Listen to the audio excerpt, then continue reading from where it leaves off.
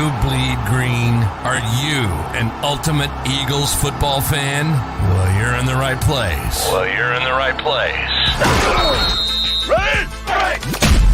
This is Birds 365, hosted by the new Mac and Mac, Jody McDonald and John McMullen.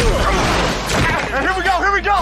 Who collectively have covered and talked about more than 50 plus years of Eagles football. Kick off your day with Birds 365. You'll get debate. We love to argue. You'll get the real story from inside the locker room. And you'll hear from some of the great football minds from around the region. You're about to become an Eagles insider. Get in the game. Join Jody Mack and Johnny Mack and join the football community that flocks to Birds 365. Birds 365 starts right now. Welcome to the NFL. Let's go! Go!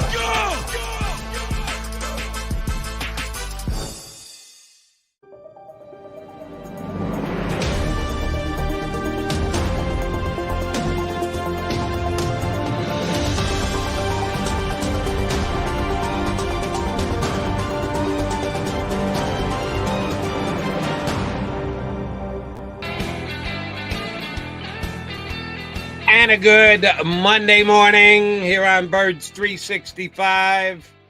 It is Monday. I'm not sure how good it is. I know it's not very good from a San Francisco 49er perspective. And unfortunately, I don't know how good it is from a Philadelphia Eagle perspective. And that is the one that we're concerned with most here on Birds 365. But yeah, they finished up the season yesterday, Johnny Mack.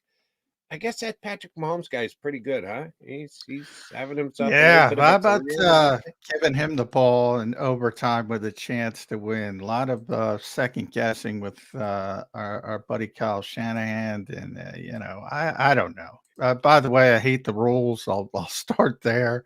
The over legislation of this league, and I say that because I saw so many people on social media had no idea what was going on. And obviously the broadcast didn't explain the new rules, and they changed the rules from the regular season to the Super Bowl rule. It's just a giant, you know what, but nonetheless, I couldn't believe how many people were saying, and he's letting the clock run down. They're not going to have enough time.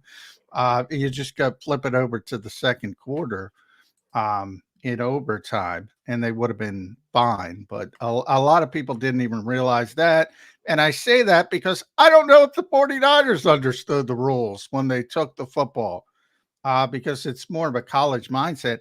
You want to take the ball second because you want to know what you have to do, and you have the 4 downs. You can imagine being, let's say you're 3rd and 1 at the 34 right off the bat. Yeah. They obviously the touchback, you get 9 yards and you're 4th and 1. What do you do with that situation? Well, you got to go for it, but you lose the game if you don't get it. I just don't like the thought process. I don't like the way they handled it. Convoluted answer after the game. Well, if it went to a third possession, we were tied. We wanted a chance to win it. Okay. But I think that was, I really question whether they understood what was going on. I really do, Jody. Yeah, obviously you're not going to admit it, but yeah, I don't know if Shanahan knew or didn't know, but that's coaching malpractice. You have to take the football. And for those, nobody ever did they've been doing this in college for years. Now, college is slightly different because in overtime, you get it first, you score, the other team scores, then they flip the order.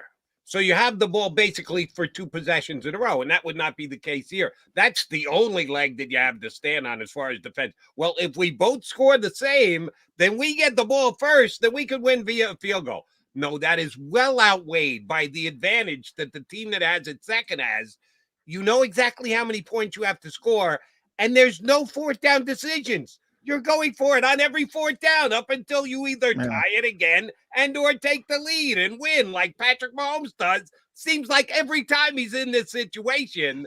And that's part of it too. If you're Kyle Shanahan and you know there are 3 outcomes, you have to punt, you kick a field goal, or you score a touchdown. Only one of them is acceptable. You have to score a touchdown because you know if you give it to Patrick Mahomes, chances are he's going down the field with 4th down every single time.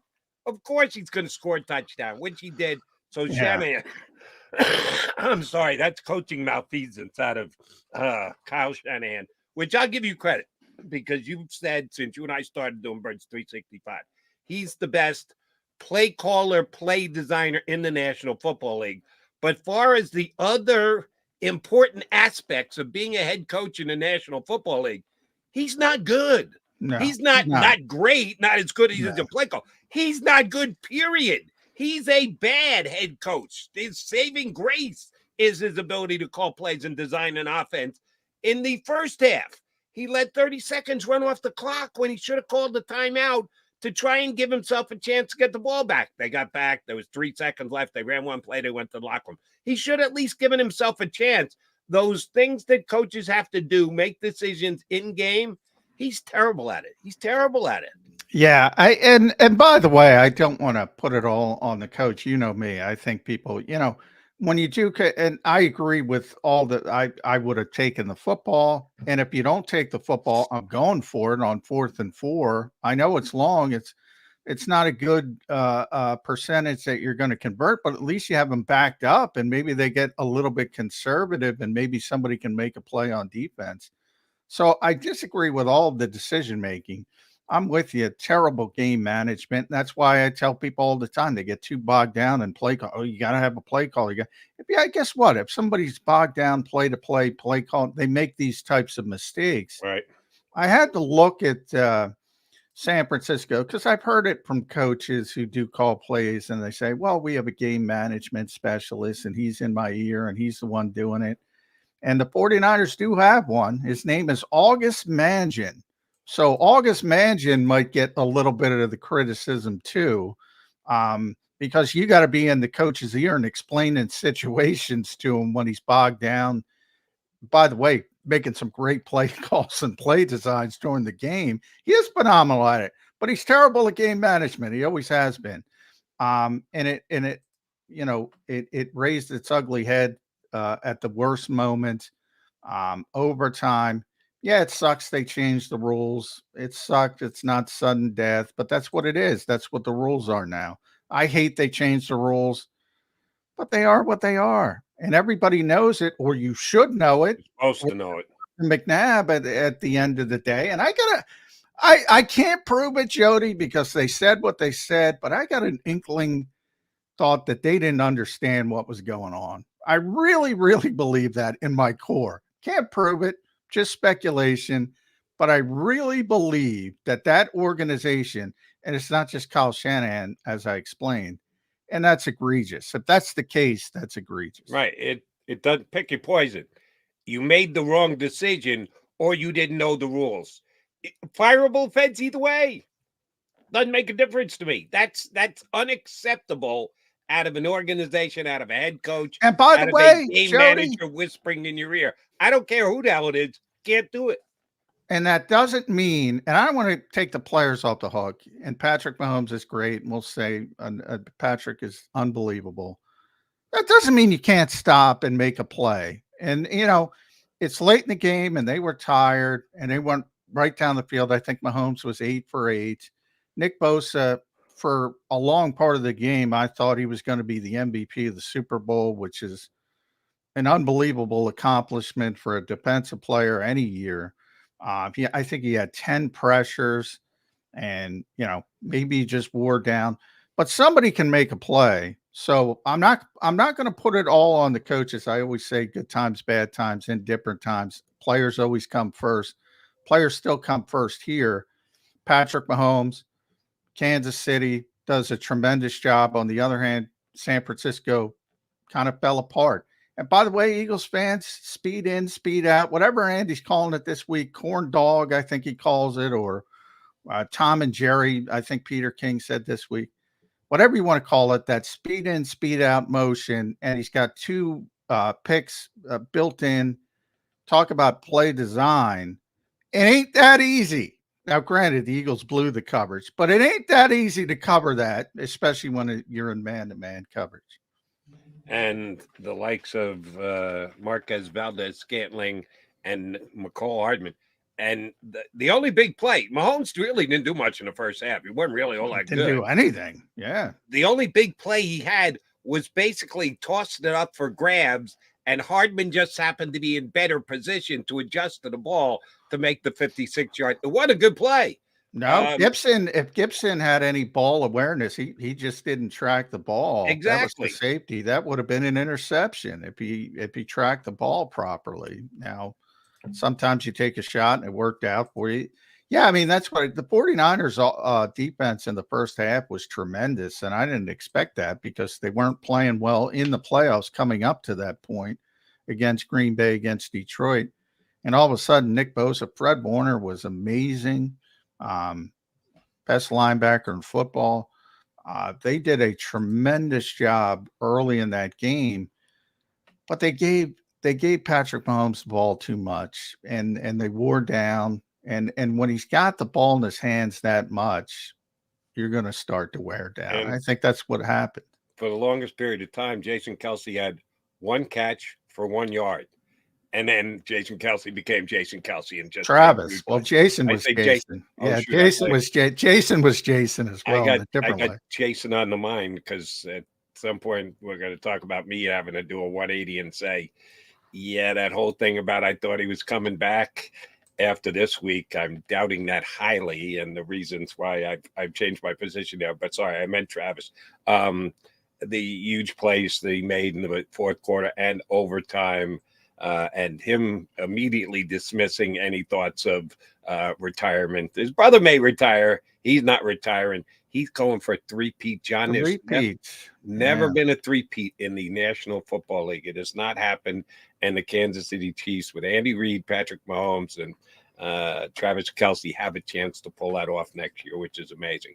All right, we got to get the Eagles here in the first segment before we punch up our buddy Jeff Kerr. We'll put Jason Kelce on the back burner. We'll get back to him, although that really does. It bothers me. It should bother every Eagle fan. I'm not saying anything bad about Jason Kelce, just the fact that it's not good that he is now, I think, heavily leaning toward retirement. The Hassan Reddick deal, the reporting on it, came yesterday morning late. And I was on the air on WIP with Glenn McNow at the time. I didn't know it was going to come yesterday. You knew at some point it was coming. You knew that Hassan Reddick had to redo his deal. From both his own perspective, he's woefully underpaid after the season he had last year. And from the Eagles' perspective, because they do the deals the way they do the deals with voidable years and the like. So he is the number one cap hit coming into the season as of right now at $21 million. And they don't want that cap hit, which means they've got to redo the deal and push more money down the road into the future. I guess Hassan got the party started early, and he and his agent have been negotiating with the Eagles, and they have not made good progress. So the Eagles had to say, yeah, if you want to go out and see what's on the market for you and you want to check into a trade market, Howie Roseman letting Hassan Reddick's agent do his job, as a matter of fact. It's not a good indication of him staying here. It doesn't slam the door on him being here. There is still certainly the chance that they can work out a contract. Sometimes a guy goes out and finds out the market isn't what he and his agent are portraying it to be. It's not good, Johnny Mac. This is not it's more bad than good, I guess, is the way I would state it at this point. How about you? Yeah, not necessarily. I mean, it's not great from the perspective if you want Hassan back and if you want a deal worked out, you want everything to be easy and amicable. But they've been through this before. They went through it with Darius Slay last year. They told him, you know what, go look around and see what you're about. Now, a little bit different because Slay is much older, much longer into his career. Reddick will turn 30, I believe, in September. So it's kind of complicated. And the Eagles are basically saying, all right, you think we're lowballing you, go look to see if we're lowballing you. And I don't think the Eagles are lowballing them. So I think it's one of those situations where when Hassan and his representatives from CAA look around and they say, well, you know what, there's some other edge rushers out there and you might get pushed down a little bit and you're going to turn 30. And I think the hope from the Eagles standpoint is they'll see we're not being unreasonable. And they'll come back and they'll work out an extension. I think that's the hope. But you pointed out, I'm glad you pointed out, even from the Eagles' perspective, obviously Hassan has outperformed his contract. And, if you all go all the way back to training camp last year, we joked the situation. People were talking about the situation. There were a couple players holding in last year because of the changes, holding in because you get fined so much. So you basically show up to camp and you pretend you're injured and you try to work out a deal behind the scenes. Daniil Hunter was one of those, who's one of those pass rushers we're talking about, who had a much bigger year, is probably in line to make much more money on the free agent market. So that's somebody Hassan's got to deal with. He held in last year. So he showed up to camp with a groin injury. And a lot of people were speculating, well, he's trying to get more money because he vastly, coming off 2022 and the run to the Super Bowl, vastly outperformed his contract. He had 19 and a half sacks in 19 games. I mean, he was a dominant player in the Eagles' run to the Super Bowl. Turns out he really had a groin injury, and he showed his professionalism, and he came in, I think it was the third practice, and he continued to practice. And then he broke his thumb, if you remember, in those first, I don't know, 3 games maybe. He was playing with the cast, and he wasn't effective. And then he turned it on, and he's had double-digit sacks in 4 consecutive seasons. He's been a really productive player. And he's never been paid like a top-of-the-line edge rusher, and he's been a top-of-the-line edge rusher. So I get the frustration from his standpoint. Boy, last year was probably the moment to try to seize it. He should have held in, is what I'm trying to say. He should have, coming off that season. Now coming off this season, he was good, but he had the broken thumb. He struggled down the stretch like the whole team did with the ship to Matt Patricia, like the whole defense did.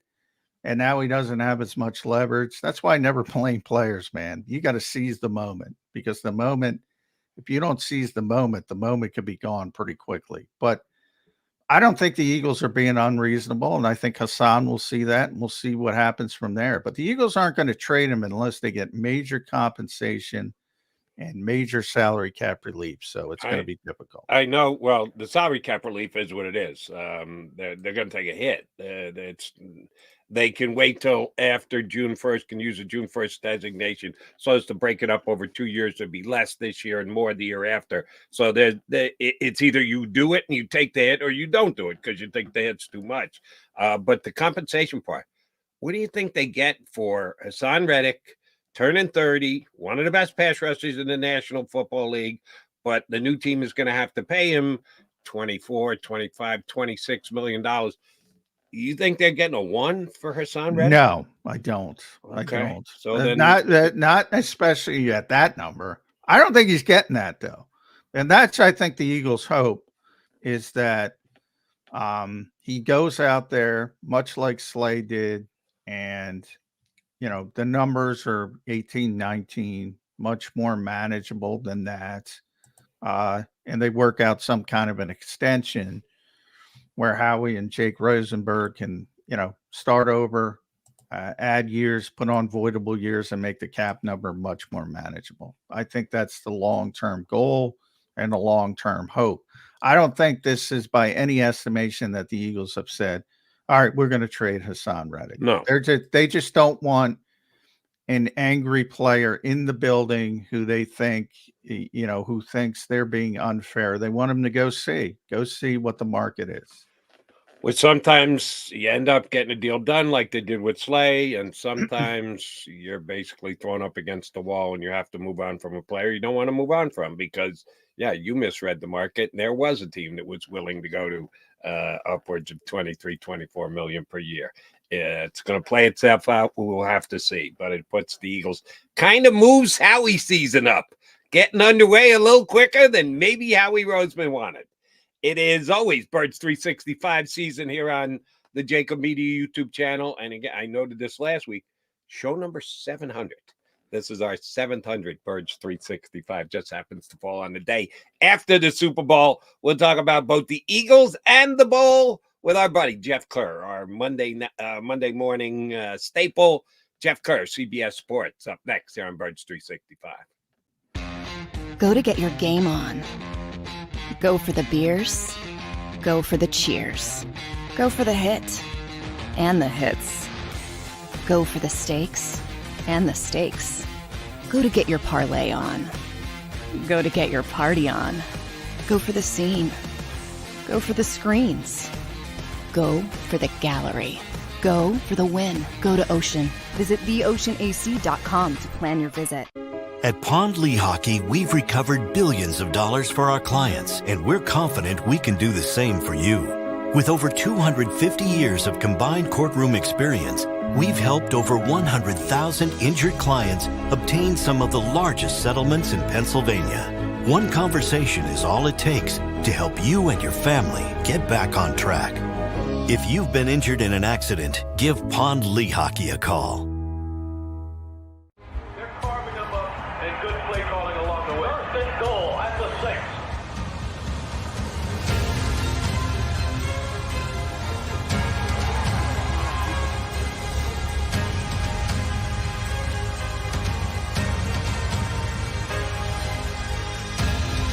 On the field of life, First Trust Bank is there for you. Champions on 3. 1, 2, 3. Because Philadelphia dreams deserve a Philadelphia bank.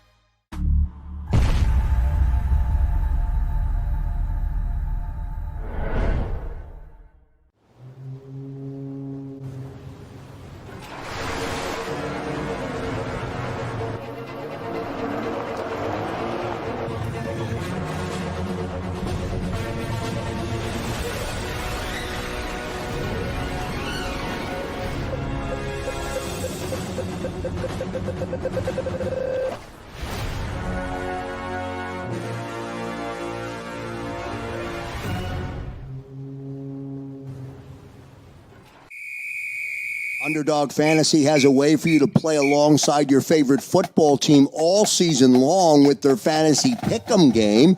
You pick between 2 to 5 players, select whether they'll go higher or lower on one of their stats, then do what you usually do on a Sunday, watch the games.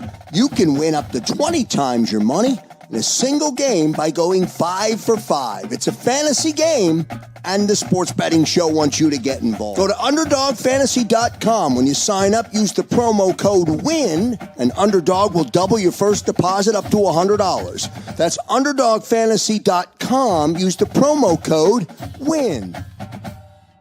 Do you stream on a Roku, Fire Stick, Google TV, or Apple TV? Now you can watch 6ABC 24/7 with the 6ABC Philadelphia streaming app. And the big story on Action News? Search 6ABC Philadelphia and start streaming today. EAGLES, Eagles.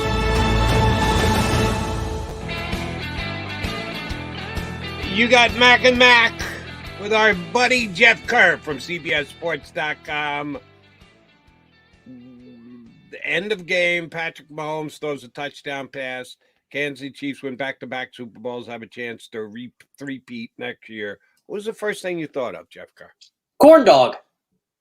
Corn dog. Tom and Jerry this year, Jeff. Tom and Jerry. Whatever reason, that's what Andy called it this year. Yeah, I don't know why. It's the same concept. It's just speed in, speed out. Yeah, speed in, speed out, and he's got that built-in essentially two picks. So it's I'm surprised more people don't use it. I remember covering the Vikings, but Chris Carter used to do that all the time. Speed in. Now they weren't as advanced back then. It was basically you just get the corner going one way and you zip back the other way, and he would get to the pylon. The Chiefs have taken it to another level, but Eagles fans should realize it ain't that easy to deal with. You may think it, and you just say, "Oh, you got us with it once. Don't do it again." Ain't that easy? They keep doing it. You know, John, it's funny. I didn't expect to wake up this morning and see people comparing Kyle Shanahan to Doc Rivers, but it is kind of funny. Yeah, well, the overtime stuff, and by the way, we're talking, I don't know how much you heard, Jeff, but Lindsey Jones from the Ringer now did a story this morning. Who and she reported, and obviously she was there. Multiple 49ers players said after the game they were not aware of the new overtime rules. That tells me the coaching staff was not aware. The Chiefs, on the other hand, had been planning for the scenario. Chris Jones said they were going to go for 2 had San Francisco scored a touchdown, and they came back to score a touchdown. I'm convinced they had no freaking idea what the rules were in the moment. I am convinced, Jeff Kerr. Am I wrong? Yeah. Oh, no. You are 1,000% right, John. So this is what I talked to current Chiefs players, former Chiefs, Eagles players on this.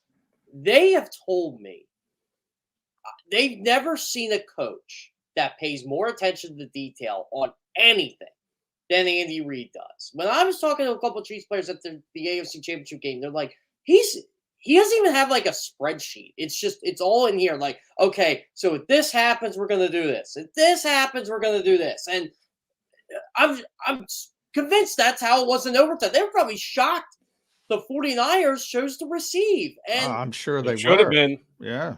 I was shocked. The running joke last night was they wanted to score before the second overtime, so they had to walk all the way down the field to do it. Yeah, that I won't blame them for, but I'm sorry, Coach Shanahan. That's just malfeasance. You can't not know the rules of engagement before a game starts. You just can't. Even though they've changed them, this is the second year of the new rule. You got to know that. You have to. You can't not know that. And that's just egregious that they did that. And I'm sorry, but if both teams score a touchdown, then we all of a sudden have an advantage. Jeff just told you, wouldn't have gotten there. The Chiefs would have gone for 2. They had already planned it out that they were going for 2, that the game was going to end on either a Patrick Mahomes pass, run, whatever. They're going to either win or going to lose. You're never getting the ball third. Kansas City had already decided if the 49ers open up with a touchdown, they're going for a touchdown and going for 2. So that tells you one team was prepared for the overtime under the new rules, relatively new, 2 years running, and the other one wasn't. And just shame on the 49ers for that. That's awful. Patrick Mahomes now elevates himself into the conversation. It doesn't really change for me because Brady is the greatest of all time, and Patrick Mahomes is the only one you can have conversation to talk about who's in chase of him. How much ground did he make up with this going back to back? He made up a lot of ground. So if we want to talk about greatest quarterbacks ever before age 30, it's Patrick Mahomes. He is the only quarterback to win 2 league MVPs and 3 Super Bowl MVPs before turning 30. It's him and Andy Reid already have 15 career postseason wins together. Only Brady and Belichick have more. I believe in terms of playoff rankings among quarterbacks, among quarterback wins, it's Brady, Montana is 16, and Mahomes is 15. 15, yeah, but he's got a ways to go to catch. Yeah, he's got a long way, and we got to remember something. Tom Brady did most of his damage in his 30s. The guy had a Hall of Fame career in his 30s, maybe even the GOAT. What is Tom? I think Tom's at 36. Is that right? Am I right, Jeff? You're the stat guy. It's 36. 36. Yeah, that's 21 to go. As great as Patrick Mahomes has been, and he's been great. He's been the best quarterback in NFL history through 6 seasons as a starter. He's not even halfway there when it comes to playoff wins. That's so astonishing. So longevity's got to come into it. And our buddy Clark Judge says all the time that it's never been easier to play the quarterback position because of how they protect you. And he's right. But I'll tell you, I give Patrick Mahomes credit. He's so savvy. He's so smart. Like, he understands players aren't going to take shots at him in the open field. So he'll take the extra yards. He'll cut inside instead of going outside. And he knows they're going to ease up because they don't want the 15 yards. Now, it's a risk because you never know when somebody's going to go rogue and take a shot at you. But, boy, he's just so savvy when he's doing that stuff. It's amazing. It's amazing to watch. He's number one. And, the runner-up you can argue, but they're not close. This is where I kind of separate the whole Mahomes Brady thing right now.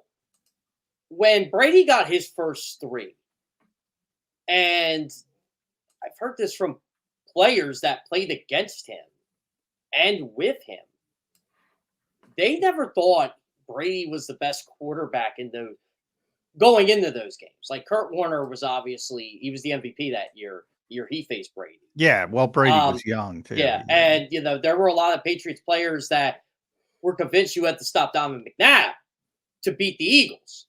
And remember, there was a time where it was okay. Brady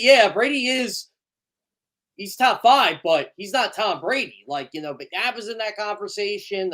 Peyton Manning was in that conversation. Drew Brees wasn't at that level yet, but Brett Favre was in that conversation. It was like, okay, where's Brady sit? Because it was Belichick's defense, and then Tom Brady got Randy Moss, and everything changed.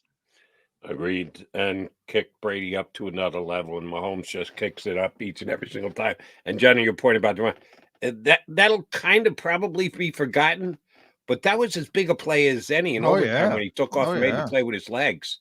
And he is certainly capable of doing that. He's not Michael Vick. He's not even Jalen Hurts. But when he really needs to, he can absolutely take off and make plays with his leg. A very underrated portion of his game is the fact that he's great moving around in the pocket. And that way, he and Brady are exactly alike. They know just when to step, just when to lean, give themselves an angle. But he can also make a play with his legs. All right, so congrats to Andy Reid and the Kansas City Chiefs. We're more worried about the Philadelphia Eagles. Hassan Reddick wants out, Jeff Kerr. We saw this coming, right? This should come as no surprise. We knew he was going to hit at some point. Did it have to hit the Sunday of the Super Bowl? Why do you think this became a situation yesterday? This has been known. That's just typical national media reporter stuff up. It's Sunday, so we got to report news. Doesn't matter what it is. And the situation. The situation. There you go, John. I mean, Jody, it's as simple as this. It's pay me or trade me. And when you look at the top edge rushers in the league, the Myles Garretts, the TJ Watts, they're getting paid what, $25 million a year? Do we think Hassan Reddick's worth that much? No. I don't. But I think he's underpaid. I think he should be in the 18-19 range, and I think that's where the Eagles want to go. And I think he wants to be paid like he's Myles Garrett or somebody of that nature. So I think that's sort of the disconnect, and that's where the Eagles say, "All right, go check." And if somebody's willing to pay you, and willing to give up that compensation, remember, on top of it, that's going to make it very unlikely. So it's not like the Eagles have left themselves in a lurch, because even if somebody was willing to say, we'll pay you $25 million, they're not going to give up much in compensation and back, and then it becomes difficult to trade. Where that can blow up in your face, though, is Hassan realizes somebody would pay him that money, and that could make a difficult conversation. So it's a gamble. It's a calculated gamble, but it's worked before, and the Eagles usually have a pretty good understanding of the market. They do, and that's tends to when they pulled the trigger. And they did it with Slay, and it worked out for him. And Slay went out there, looked, and said, "Oh, I better come back." I began to wonder if the whole Hassan Reddick being a sack artist will help his cause in getting what he wants, because it's just him and Myles Garrett with 10 sacks in each of the last 4 years. I wonder if the team's going to look at that and say, you know what, we kind of need a pass rusher on our team, and we need a finisher. And Hassan Reddick can definitely do that. Now, I just begin to wonder if the Eagles would part ways from him. Where do they go from here? Because it's Josh Sweat, Nolan Smith, and you tell me. And maybe returning BG. That's all they have. And BG, of course, is a free agent. You have to re-sign him. I don't think that'd be a problem. And you saw a little digression in BG this past year. The guy that scares me is Rashawn Gary, who got a new contract this offseason to stay with the Packers. Rashawn Gary's not as good as Hassan Reddick, plain and simple, as far as I'm concerned. He's a good edge player, very good edge player, not as good as Hassan Reddick, and he just got a new contract for $24 million a year. If you're Hassan Reddick, how do you ask for less?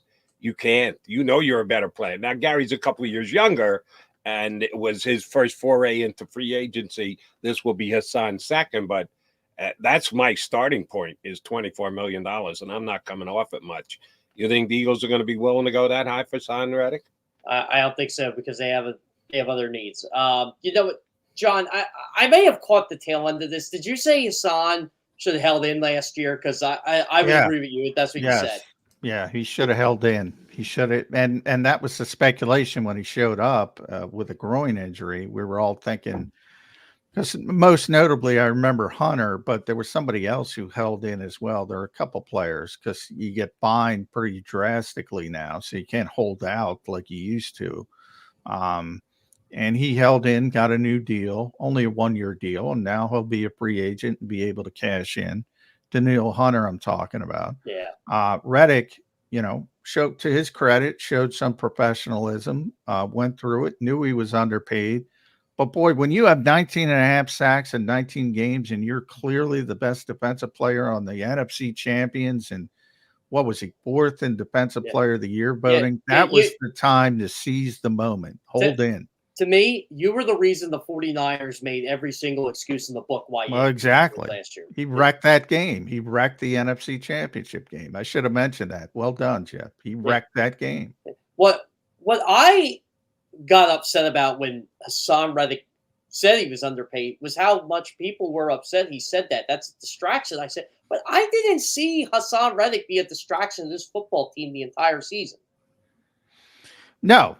He, like I said, he showed tremendous professionalism. Now, he didn't talk to us, the media, as much, so you knew he was a little bit upset. You knew something was a little bit off, but he never did it in a public way.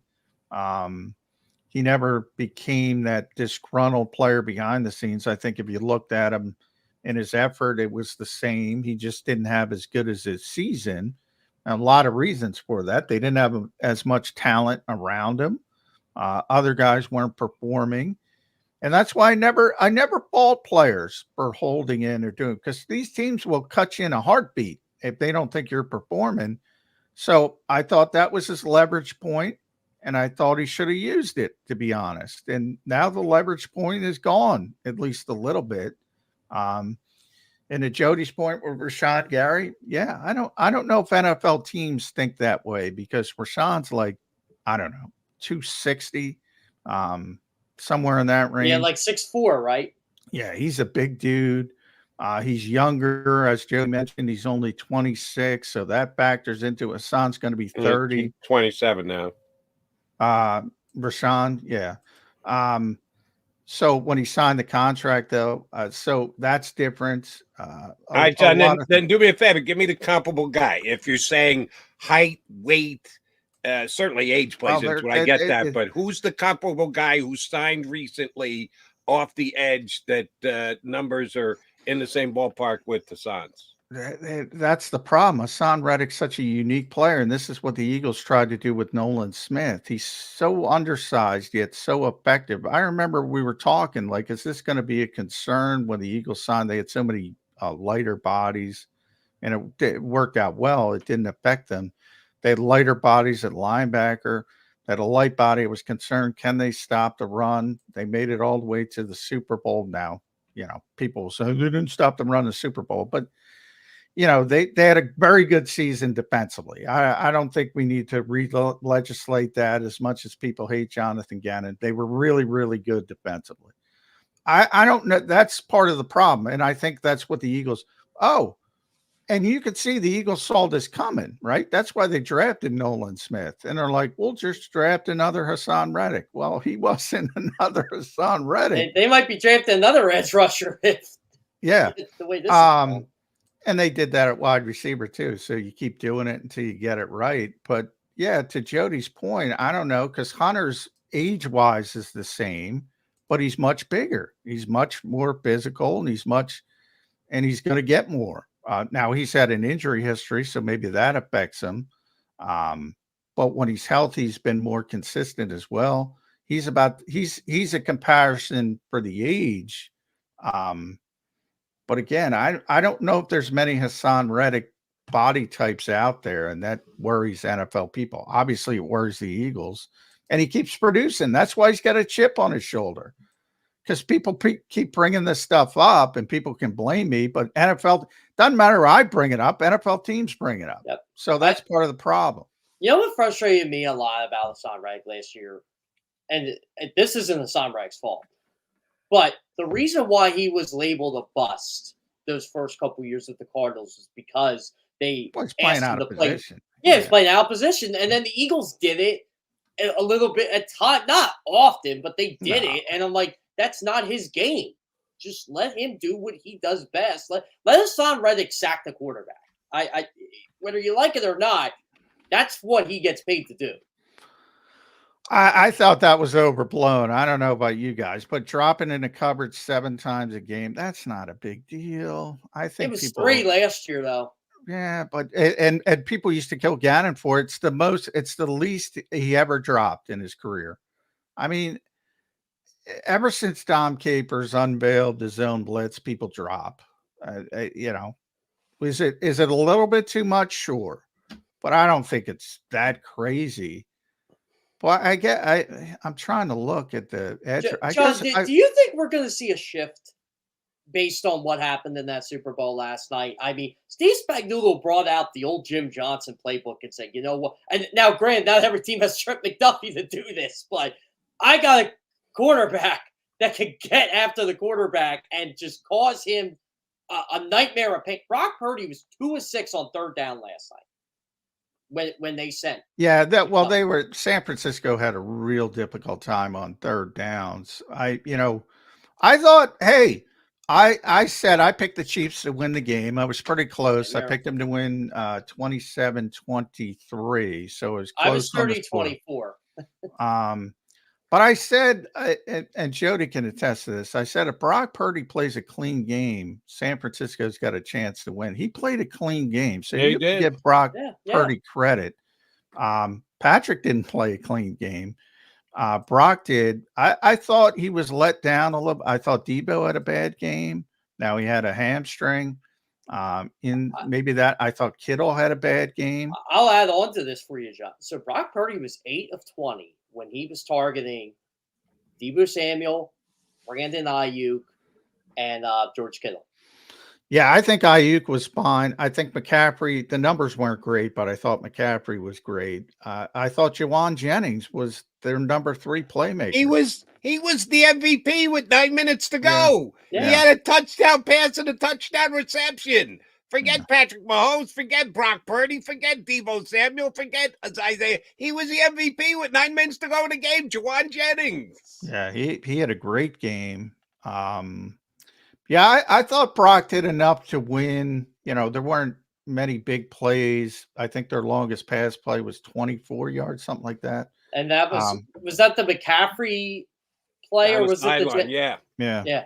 But by the way, that was Brock Purdy's best play when he had 2 guys in his face and just dumped it off. I was like, what a play! Like, to just even get the ball to him. And he threw it forward about 1.5 feet. Yeah. But it was still a great play because he had to get rid of the football. He had to perfectly lead him out there. And McCaffrey, being the speed back that he is, made the play down the sideline. So even though, how long did he throw it? He threw it a foot. It doesn't matter. It's still a great pass by Purdy. And you're right. That Spagnuolo's got to get a ton of credit for this. He really did make Purdy's life a living hell. This is Johnny Mac's argument. You know, I'm a sack guy. John gives more credence to pressures. Oh, that was a pressure game. He didn't have a chance. And Purdy's one of the best in football at getting rid of the ball quickly. Even at that, 1.8 seconds. And a cornerback's in his face. Who the hell is going to be able to get open in 1.8 seconds? By the way, Jennings was open for a touchdown on the 3rd down play, and Chris Jones just got there too quick. He was open. If he had a tick more, he had beat, I forget who the corner was on the play. Here's the way I would say it. He would have been open. He had potential separation. The ball was already out of Purdy's hands because Jones was in his face. He had to throw the ball before he officially got open. But he could have gotten open. That's just dynamite defense. But it can't be Chiefs. What's unique about that Chiefs defense, and again, this is talking to them last year, talking to them at the AFC Championship game this year. there isn't a single cocky player on that. The cocky players on the team are the quarterback and the tight end. The rest of them are like Chris Jones. Yeah, I was going to say the tight end's pretty cocky. Oh, he was cocky with Berman last night. But by the way, Mahomes had the most savage quote out of anybody last night. I wonder how they're going to change the rules in overtime for us again. Yeah, well, they won both ways. That's what he said. Yeah, that was the savage part. So, yeah, somebody will complain. Well, the 49ers, people in Philadelphia think they complain. I guess they do complain. They do. But, you know what? It's not just people from Philadelphia. This is I didn't realize this, but everybody in the NFC West says it too. Like I had a couple Rams people say well, I think Eagles fans overblow it a little bit. But the point is, did the 49ers get screwed by old school rules? Yes, they got screwed. But those are the rules. You got to understand the rules. They changed the rules because who was complaining? Buffalo? Was it the Buffalo game? Yeah, because it was the Buffalo game. Mahomes beat Buffalo, beat Allen. Sorry about that. I had to point this out to a couple people. I said, technically the Chiefs complained first because remember they lost to overtime in the Patriots in 2018. Yeah. And by the way, the NFL's got to stop that because people whine. Stop it. There's a great Family Guy gag where somebody complains about something on TV and they say one complaint equals 1 billion people. And I feel like everybody believes this. Stop listening to these morons. Stop it. And they should have never changed the rules in the first place. But now that they've changed it, because they're going to hear that groundswell again. Oh, you got to change it. You got to change it. No, you don't. No, you don't. Just stop. Stop it. I don't. I think the only groundswell will be for what the hell was Kyle Shanahan thinking. You got to know the rules. If it you have to have it stated on SportsCenter every night for 3 weeks. Here are the new rules in the playoffs and the National Football League. You got to do what you got to do to get it out. This just came to me too with Kyle Shanahan. So he's blown a double-digit lead in every Super Bowl. I was pointed this out last night. He also blew a double-digit lead in the NFC Championship game too, and when they lost to the Rams a couple years ago. Well, I'm done. And Jody knows this. I can't stand when people blame coaches. He blew a lead. No, he didn't, Jeff. He's not on the damn field. Somebody can make a play at some point. Somebody can make, even if a coach makes a dumb decision like Kyle Shanahan did yesterday, the players still had a chance to go on the field. How long was that drive? How many plays was that drive? I know Mahomes was 8 of 8. Which one? The 49ers drive or the Chiefs drive? The winning drive was 13. The winning drive was 13 plays. You have 13 plays to make a play. You can do something. You had a 4th and 1. You can step up there and close and win the Super Bowl. John, I'll add on to this, and I said this the Monday of Super Bowl week and got ripped by 49ers Nation. It's time for these trash talkers on that team to show up. And they didn't. It's time. Like, I know you want to blame Shanahan, and I'm okay if you do it, but Deebo Samuel, put up or shut up, dude. You had 11 targets in the Super Bowl. He didn't have a good game. And I'll tell you who made them pay. Fletcher Cox. He said, "Hey, I got one. Yeah, you know." Fletch, man, Fletch went off. Here's where it's different for me. He made an egregious decision on an every game basis. It's always the players above the coaches. We give the coaches a little bit too much credit when they win, a little bit too much blame when they do. In this particular game, you are well within your rights to say, what the hell were you thinking about, Kyle Shanahan? I started the show agreeing with you. I think it was an egregious decision. Now, we all say coaches, and you hear this all the time about Nick Sirianni. You hear it ad nauseum. He didn't put players in a position to succeed. You got to lift up play. Whatever. Blame whoever you want because you don't want to blame your favorite players. I'm saying somebody could have picked up Kyle Shanahan in that situation. That's every game. Can we end the debate that 13, George Kittle was 13 plays. Travis Kelce? Yeah. Can we end the debate George Kittle's better than Travis Kelce? That's a joke. Travis Kelce, to his credit, will say he'll say it's George Kittle. Yes, he will say. But he's talking about as an all-around tight end. As a receiver, yeah, Travis is better. Travis is he's breaking Jerry Rice records. So. Right. Yeah. So, and it became a non-story after the game. Did we ever find out why the hell he chest bumped Andy Reid in the middle of the game? Yeah. They talked about. They both did. Andy was joking about it. You know, he's like, Andy, Andy was all balanced. I saw Andy's face. Yeah. He didn't laugh when Travis bumped into him. After you win the game, you're on the podium. It's real easy to laugh about it. He wasn't laughing at the time. I said Travis is a lunatic, man. And he is. I'll tell you, when he does that, both after the NFC Championship game and the Super Bowl, his goofy victory speeches, that's the only time you see Taylor Swift. They show her and she's like, oh my God, what? For that one brief second, she's like, what am I doing with this meathead? For one brief second. Yeah. We'll see how that lasts over the next 8 months, by the way, when he's not on SNL. Well, he probably will be on SNL, but yeah, he probably will be. Yeah. But by the way, John, did you have on your bingo card Jason Kelce meeting Ice Spice yesterday? I did not. I I took the picture and I didn't realize it was Ice Spice right away. Like, oh, I gotta add that to the tweet. Yeah. Like, I don't have the edit button. You know, Blake Lively's always up there. Who's the actress? For people that don't know, Ryan Reynolds' wife. Every time they blast Taylor Swift, everybody gets upset. I can't get off Blake Lively to get to Taylor Swift. So, you know, that's my problem. And you know what was fitting? They showed Blake Lively right before they had the Deadpool movie trailer. It's poetic justice. Yeah. Okay. The one guy we've been under-recognizing here so far in the first hour of the show is that other Kelce, not Travis, but Jason. Couple appearances, Radio Row this week. I guess that he had meetings with ESPN, Fox, Amazon, CBS. You better catch up there. You know, I've already complained about. I'm like, why aren't we having meetings with this guy? I put it into the people that are in charge of this stuff. As well, you should. And he did one guest spot. I apologize for not remembering exactly which one it was, but we played the audio yesterday on WIP. He kept referring to the Philadelphia Eagles as the Philadelphia Eagles, not we. Jason, I think that was Chris Long's. That's exactly right. Exactly right. Yeah. And after I heard that, I said, "Oh shoot, he's out of Dodge," because I've been on the positive side of the return of Jason Kelce on the 50% side rather than the negative side. I've been saying since, you know, Adam Schefter's report was true at the time. You know, can he change his mind? He can always change his mind. He changed his mind before. But, you know, there were players, and Jordan Mailata was doing something at the Super Bowl. He flat out said he ain't coming back. He flat out said it. Yeah.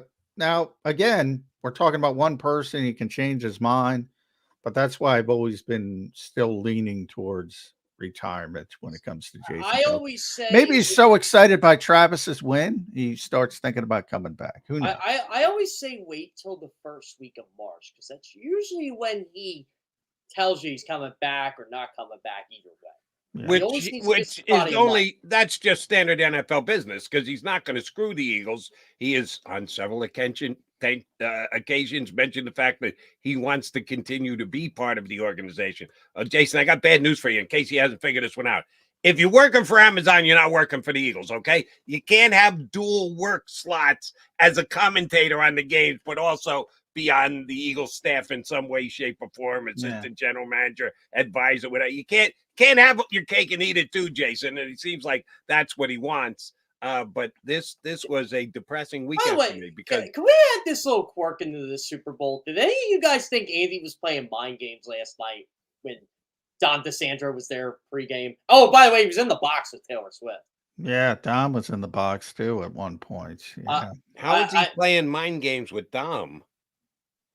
He wasn't playing mind games with Dom, but he was using Dom to play mind games with the 49ers. I don't think so. I think Dom was there with Jeffrey. Jeffrey Lurie was there. Jeffrey always goes to support Andy. I don't think it was much more than that. That's me. Yeah, but you never know. If Jeffrey's You're a going little further out on that grassy knoll than I'm ready. I will say I do want to get in under the wire at Jeff Kerr CBS on X, Twitter. Make sure you follow Jeff. Read him at CBS Sports. Does a tremendous job. We were talking about Tom Brady, talking about podcasts. Did you see Tom on Steve Young's podcast?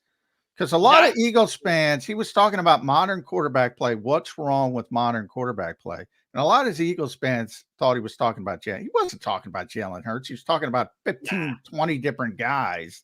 But, Philadelphia's so provincial. But did you hear Tom's comments, and what did you think of Tom's comments? Because he's 100% accurate. As I've been trying to explain this for years, Tom explained it in 5 words with play callers. They're calling probabilities. That's it. It's the quarterback's job. If the probability's wrong, and he used 3rd and short as an example, you in theory, you think you're getting man to man. Well, if they screw you up and you got zone, you got to change it at the line of scrimmage. And too many guys snap the football and they're like, what the hell am I going to do? And they just run it. Now, people took that as an affront to Jalen Hurts. No, I didn't see it as that. No, it was an affront to modern quarterback play in general.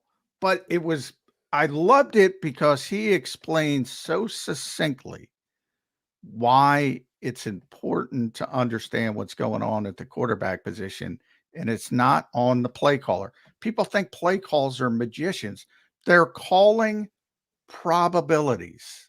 It's 3rd and 7. This is what they're probably going to play. If they don't play, you better get that player prepared to understand what's going on and to change things at the line of scrimmage. It was brilliant. I always thought that's why over the last 25 years, Andy Reid's quarterbacks have had a tremendous degree of success. And Alex Smith even broke that down. He said, look, it's Andy Reid said, okay, like if you're facing, it's not 3-4 anymore. What's it now, John? Odd front, even front. I forget what they call it now. Yeah, variable fronts, odd fronts, 50 fronts, 40 fronts. But 3-4, it drives me insane with people. Oh, Vic Fangio runs a 3-4. He doesn't run a 3-4, but yeah. But yeah, Alex Smith said, like, okay, so this is situation is you got to remember check down, you got to remember to do this. And, I'm sure he implemented that in the Patrick Mahomes. I know Donovan McNabb even had that at one point in time. Like, it still drives me nuts when people say, Donovan McNabb couldn't read a defense, Donovan McNabb couldn't do it. I'm like, actually, he could read a defense really well over the course of his career. That wasn't why Donovan McNabb failed in playoff games. And Jeff Kerr, feel free to get Sean McManus on the phone. Tell me better get a meeting scheduled. Sean McManus is retiring. Yes. He's done after this, right? Is he doing anything else? Final 4 is going to be his last one. All right. So he's still around. So he's still got time. Fire up that email. So when I was talking to Greg Gumbel before this, I totally forgot he did not call games this year, right? Greg said to me, I told him I missed him at games this year because I retired from doing that last year. I'm like, I'm just used to seeing him on the road to Final 4 all the time. And it was a good laugh. I always forget he's 76 years old, by the way. Is he really? He's 76. Wow. I didn't know that. I did not know that. Gumby? Yeah, Gumby's 76. He's a good dude. I know him from way back when from the but I'll tell you what, when you're talking to like Munzberger, Gumbel, all those guys, it's like it's your damn childhood. It's exactly coming up to you. Brett, you are looking live, Brett Musburger. I'll tell you what, Brett has some awesome stories. Not about pointing out the Florida State cheerleader, but some awesome stories. I tried to get that out of him, but he goes, "Oh, that was another network." That's what he's not revisiting that. Not cheerleaders. I apologize. Cowgirls, the Florida State Cowgirls. Yeah, Jen Sturgill was feel free, Jeff Kerr, to also, if you so moved, and if your McManus is walking out the door, you don't want to burden with him. Fine. Shame on Romo. I say shame on Shanahan for calling the play. Romo not only didn't mention it when they made the call, which he should have immediately, they went to commercial. Nance comes back and sets him up to give him a chance to second guess, and he goes, yeah, there's an advantage to kick a but if your defense is tired, you want to give him a break. No, that is all outweighed by the advantage you have by going second. Romo, who second guesses friggin' everything all game long. That's all he does is second guess the coach. He's got the biggest second guess teed up for him, and he passed on it. it just broadcast. Yeah, you know what? It's funny. I'm sure Tony wishes he would have had that one back too. Like a lot of people like to get on Romo for a lot of things, but a lot of people like to complain about everything. I'll tell you what. No one. It's like you said, Jody. Tony Romo second guesses a lot of stuff. I guarantee you, no one reviews his broadcast like Tony Romo does. Maybe Greg Olson more than Tony, but I know Tony. Yeah, Tony was taking a lot of hit. I don't get. I thought he had a good Super Bowl yesterday. I'm not just saying that because I'm a company guy. I think he said spatial awareness too much. But, well, that's his new phrase. Yeah. I thought he was hideously bad yesterday, as a matter of fact. And it's you can't. You got a CBS guy. You can't kill Tony. Last time I checked, I worked for CBS Sports Radio. Oh, that's true. I was gonna say you're an employee. I am honest to a fault when it comes to evaluation, and Aikman is so far and away the best announcer. Olson's come a long way. He's closed the gap, but Aikman's been doing it so much longer. I don't pay that much attention. I don't. By the way, Jim Nantz had one of the best winning calls ever. Jackpot Las Vegas. I know. That Kevin, was awesome. I love Kevin Harlan's. What was Harlan's call? I didn't get to hear it yet. I love. It's all over the place. I love Kevin Harlan, so I'm biased. Harlan's very good at football. He screams a little too much for my basketball taste, but he's how many years in a row? He's like over a decade now doing the Super Bowl on the radio, right? Yeah. 14 straight years, I think he's done. Yeah. I'll tell you what, you haven't lived till you heard Kevin Harlan do a Timberwolves game when they were terrible. He had 14, 15. He would find a way to make it entertaining. It was unbelievable. I can guarantee you part of it was screaming, because Kevin likes to scream when he does basketball. He's got to get, two guys, again, locally, who have a gift no matter how good or bad they are Scott Fransky in LA. They're the two to me. If the Phillies are the 2015, 2017 Phillies, that's who I want to listen to, because it's just pure entertainment. They are good. All right. You are entertaining too, Jeff Kerr. We thank you much for hopping in. You stayed a little longer than usual. Feel free to get about your day and do all this other posts. I got to write about Mahomes being the GOAT, and I already wrote about Kelsey, whether he's the GOAT or not, and people are saying, "Grok, grok, grok." I'm like, well, you got to look at this postseason numbers. Don't forget to write about Jody McDonald and John McMullen's 700th show, and you're 700th show. So that's right. You are the esteemed guest on the 700th show. All right, boys, I got a question for you now that this is the 700th show. Does Patrick Mahomes get 700 touchdown passes in his career?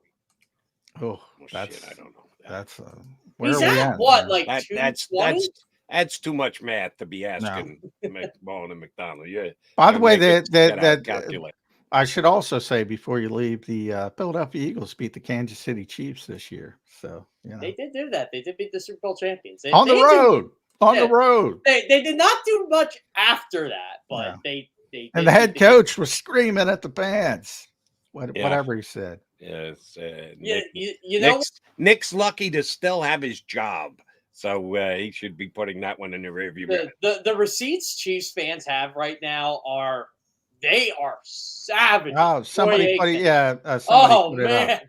I don't hear shit anymore, Chiefs fans. See ya. That was Nick Sirianni after the big Chiefs game. Yeah. Unfortunately, they played on in the season thereafter, and it worked out okay for Kansas City. Jeff Kerr, thank you very much. We'll talk to you next week. Thanks, buddy. Thanks, guys. CBSSports.com's Jeff Kerr here with us. How about that? I forgot that. He was also yelling at your buddy Elliott Shore-Parks for saying the Chiefs had the better coach and better quarterback. That's why Elliott predicted the Chiefs to win that week. And Elliott might have had to take his tongue lashing that week. I think Elliott gets to go.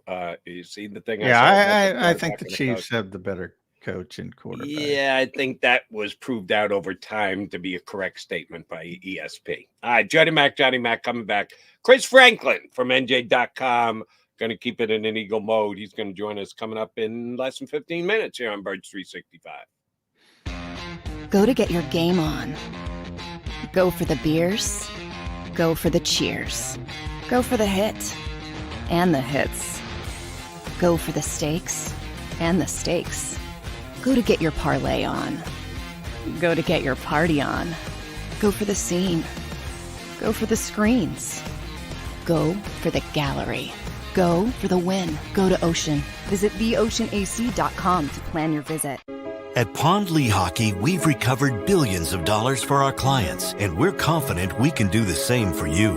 With over 250 years of combined courtroom experience, we've helped over 100,000 injured clients obtain some of the largest settlements in Pennsylvania. One conversation is all it takes to help you and your family get back on track. If you've been injured in an accident, give Pond Lehocky a call. They're carving them up and good play calling along the way. First and goal at the 6.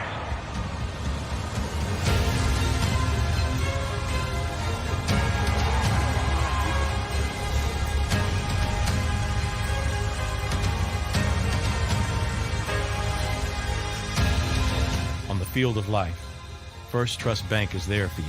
Champions on 3. 1, 2, 3. Because Philadelphia dreams deserve a Philadelphia bank.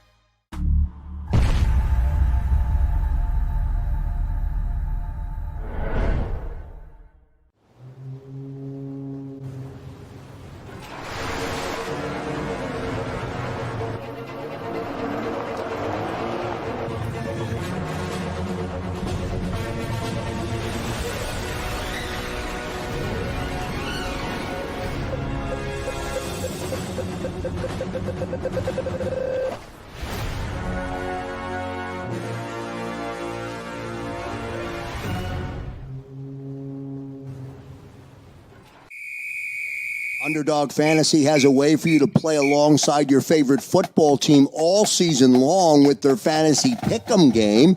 You pick between 2 to 5 players, select whether they'll go higher or lower on one of their stats, then do what you usually do on a Sunday, watch the games. You can win up to 20 times your money in a single game by going 5 for 5. It's a fantasy game, and the Sports Betting Show wants you to get involved. Go to UnderdogFantasy.com. When you sign up, use the promo code WIN, and Underdog will double your first deposit up to $100. That's UnderdogFantasy.com. Use the promo code WIN. Do you stream on a Roku, Fire Stick, Google TV, or Apple TV? Now you can watch 6ABC 24/7 with the 6ABC Philadelphia streaming app.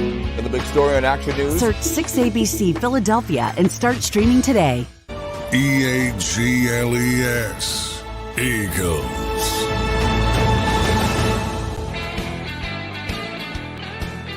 You got Johnny Mac and Jody Mac here with you on Birds 365. Congratulations to the Kansas City Chiefs, back-to-back Super Bowl winners. Will be going for a three-peat. Andy Reid, Patrick Mahomes, Travis Kelce, et al. They've got a chance to do something no one has ever done in the history of the Super Bowl era, which is win 3 consecutive championships. They did so in overtime. Yeah, Kyle Shanahan made a god-awful decision to take the ball rather than kick it away to start the overtime with new rules. We've done a lot of talk on it. You can always go back here on YouTube. That's the beauty of this. If you jump in and we're talking about something we already talked about, you can go back and watch it thereafter. So you can go back and check what we said about the Super Bowl. We certainly do want to factor in the Eagles here in hour number 2, and Chris Franklin's going to join us to help us do that coming up in less than 10 minutes. I need to relate this to you, John. Yesterday, I had my show in the morning with Glenn Mack now on WIP, and we had Barrett Brooks as a guest. And one of Barrett's takes was that this past year, why the Eagles thought why this season fell apart, house of cards, was he thought something you've heard Jody McDonald say altogether too often. The Eagles didn't practice hard enough this year. That they weren't ready for the physicality of the second half of the season, and that's the overall organizational decision not to make them work a practice. I get it. You don't even have to go there, John. The CBA takes hard practices out of the national football. I get that. But if everybody's got the same exact rules got to play by, other teams stay within the rules and get more work done than the Philadelphia Eagles do. That's a complaint I've had for 2 years since Sirianni was hired, as a matter of fact. And Barrett doubled down on it for me yesterday. So I said, all right, Barrett, if they're going to react to that, if your read is right, if the Eagles acknowledge that maybe they went a little soft this year, you know that the old school new defense coordinator's got no problems with that. He'll be willing to push the limits. He'll be willing to make them work. And from time to time, Vic can annoy some of the players, the new school players, the 2024 NFL players. He might get some pushback on working them hard during the season. I said, who's the guy on the Eagle defense, the player who will sign on to Vic Fangio and hard work and tell his teammates, hey, come on, you remember, we fell apart last year. We need to put in the work. You're being highly paid. Come on, you need to, don't be whining and moaning about us staying 15 more minutes for practice, putting the pads on twice in 2 weeks. Who's that guy? And you know who he says? Hassan Reddick. Hassan. And then the next hour, here comes the report from Ian Rappaport. Hassan Reddick wants to be traded, wants the permission to go out and seek a deal for. I said, oh my God, how much worse could timing be? That no sooner than Barrett said, he's the guy who can help Vic Fangio carry his water for we're working hard in practice going forward next year. And he's asking for the chance to go out and cut a deal. Well, I would say in Barrett's defense, that had nothing to do with any of that. I mean, this has been a long time coming, the contract issue. And it doesn't turn, I think from Barrett's perspective, what he was probably talking about is, Hassan's a high motor guy. And by the way, last year proved it because he could have held in and he didn't. So I get what he was saying. I don't think, is he going to be here though to do it? That's kind of necessary. Question. If you're going to be the guy, you kind of got to be an Eagle to be the guy. Yeah. But if he does, I think his point was, he'll do it. He'll be the guy that, he'll be a high motor guy. And that's why I went to BG. I mean, BG's should be back for his 15th season because he wants to be, and he's not going to cost a lot of money, and he's still effective on the pitch count. And, when they kicked in these maintenance days for veterans, more in the Doug Peterson era, he didn't even want them. He was like, no, I'm going to practice. So he's that kind of guy. Jason Kelsey, Jason BG said, no, what are you talking about? Now, of course I'm practicing. Yeah, Jason wants them. But most veterans do. So I think it's rare. So that's why I would pick BG. But yeah, I mean, Vic's problem is not the players. Vic's problem, if he wants to do that, is convincing the organization, and that's a bigger hurdle than the players. Because you don't think you'll get pushback from players, assuming, let's say, the Eagles practice X amount of hours every single week, and Vic Fangio wants to make it X plus, high level, high energy type practice. He wants to add that. You don't think there's going to be players that are going to push back on? No, what I'm saying, it'll never get to the players because his bigger hurdle is getting that want past the organization. In other words, he could want to do it, and the organization will say, "No, this is the way we do it here.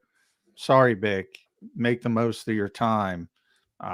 Vic Fangio is not going to come in here and decree things to Howie Roseman and the medical staff and everybody else and how they think about doing things. You sure about that? Yeah, I'm very sure about that. Very sure about that. He's the freaking defensive coordinator. He's not even the head coach. And who's got more power right now, Vic Fangio or Nick Sirianni? Nick slightly. But neither has power over something like that. That's the point I'm trying to make. Neither has power because I've said pretty much Nick can say whatever he wants. I've yet to meet the football coach I always said that doesn't want to practice. I've yet to meet him. This is an organizational decision. They believe this is the way to go about it. And that's not going to change because Vic Fangio comes in here. Vic's 65 years old. Vic wants to be here. Vic, he doesn't have a lot of power walking in here. As I said, the people. I disagree with that. I'm immensely sure of that. The people in Miami weren't blocking the door, as I've consistently put it out. When people say, "Well, the Eagles tampered," the Dolphins don't care, so it doesn't matter. Because I've seen Eagles fans. Yeah, but didn't that same team 11 months earlier make him the highest paid coordinator in the history of the National Football League? They did. They did. And Oh, that's one okay. of the reasons. So, and that's one of the we're reasons. at that same point now with the Philadelphia Eagles. No, they didn't pay him that. Now, I don't know what they paid him. And when I said that, I just meant he's new. He hasn't come in and ruffled any feathers yet. He did 11 months of ruffling feathers, and they said, all right, you want to walk out the door, go back to Philadelphia. Okay, fine.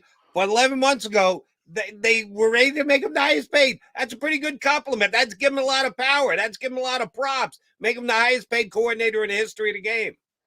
Well, the Dolphins did. Yes. And the Dolphins quickly ascertained they made a mistake, and it wasn't worth the return on investment. The ROI was not there, which is one of the reasons they weren't blocking the door, because they desperately wanted out of that contract. The Eagles aren't paying him that. They're paying him well, but they understand he wants to be here. They understand he's near the end of his career. Yeah, I don't think he has nearly as much power as you think he has. And certainly, if the Eagles, if Arshton says this is the way we're going to do it, that's the way they're going to do it. And Vic ain't changing that. If Nick couldn't change it, Vic's not changing it. No, I'm not sure about that, because what we don't know, we don't know. How did this all come about? Who reached out to who? Who was more aggressive?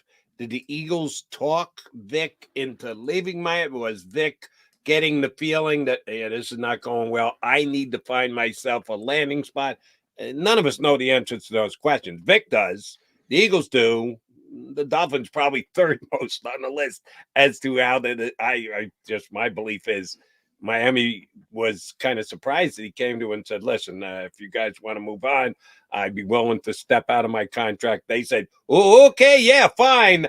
I don't think they were initiating it or pushing him out the door, but they were very readily able to say, okay, yeah, we'll move on. You want to move on, Vic? Go ahead and move on.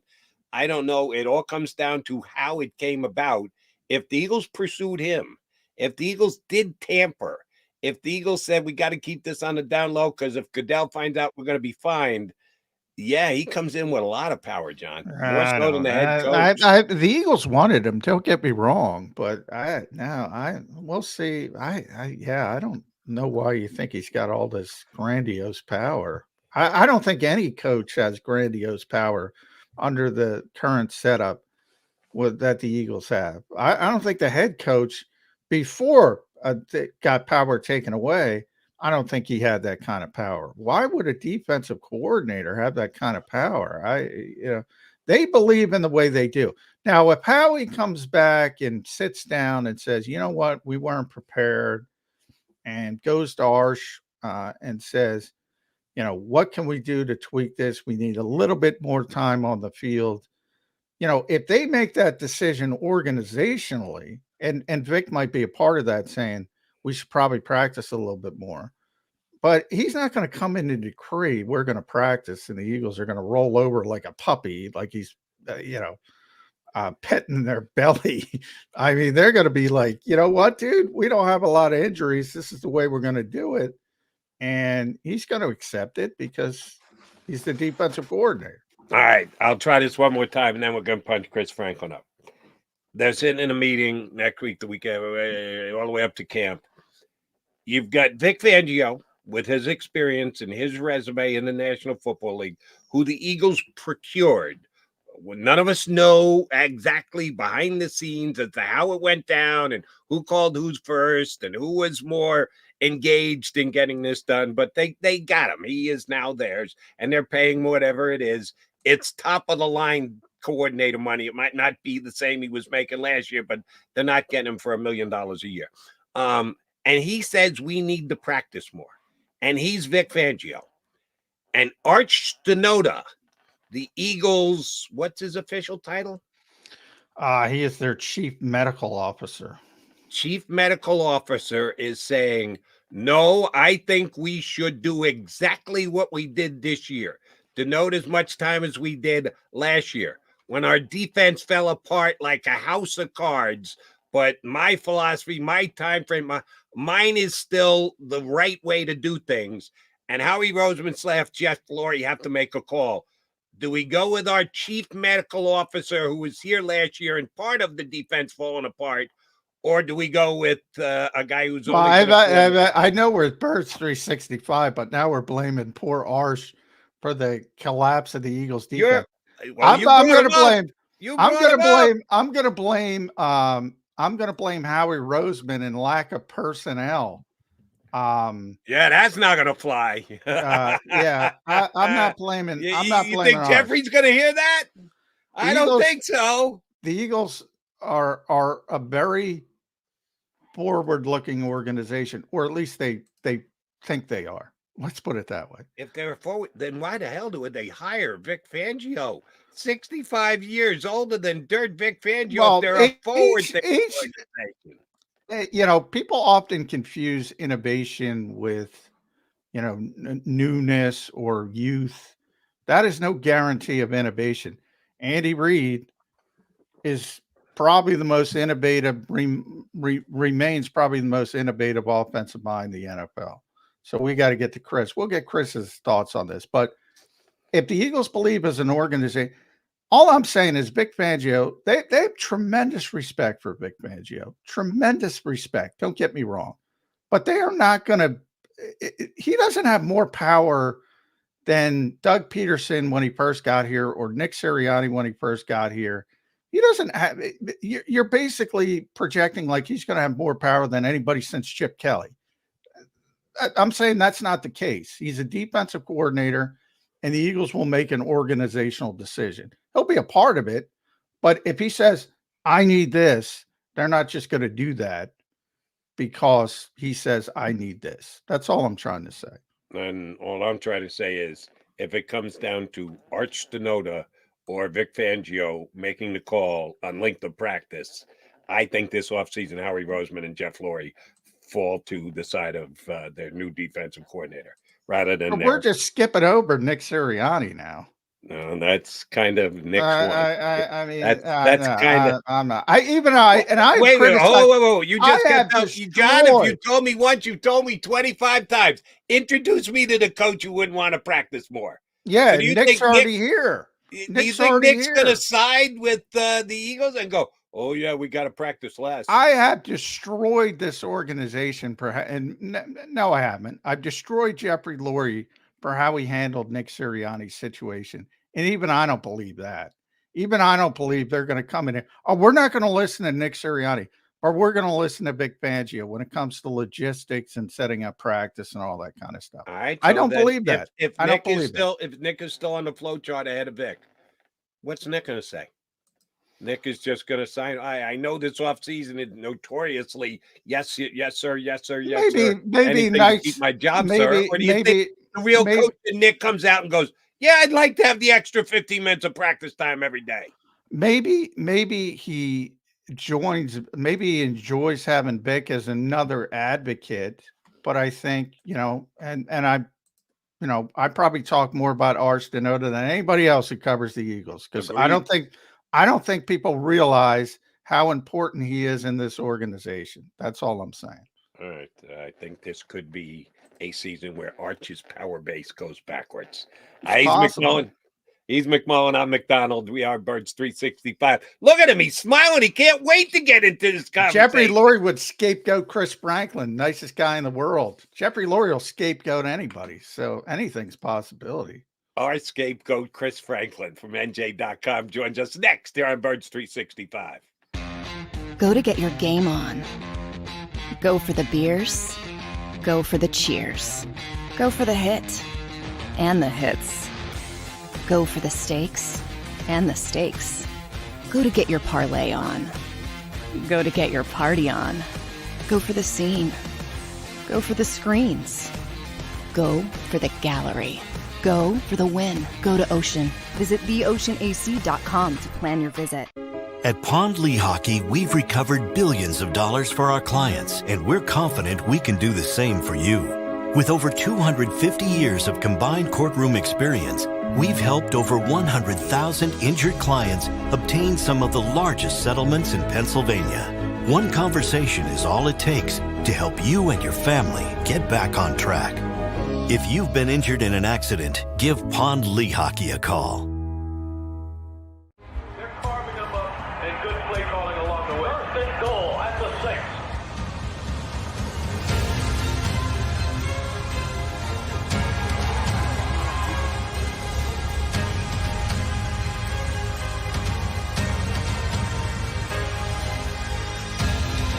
On the field of life, First Trust Bank is there for you. Champions on 3. 1, 2, 3. Because Philadelphia dreams deserve a Philadelphia bank.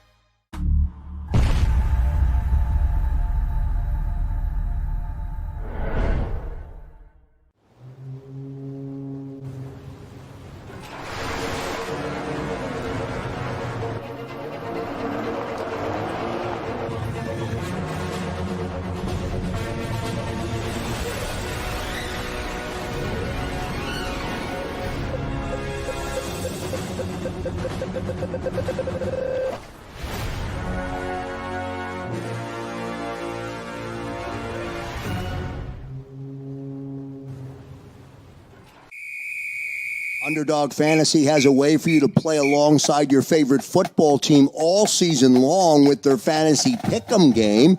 You pick between 2 to 5 players, select whether they'll go higher or lower on one of their stats, then do what you usually do on a Sunday, watch the games. You can win up to 20 times your money in a single game by going 5 for 5. It's a fantasy game, and the Sports Betting Show wants you to get involved. Go to UnderdogFantasy.com. When you sign up, use the promo code WIN, and Underdog will double your first deposit up to $100. That's UnderdogFantasy.com. Use the promo code WIN.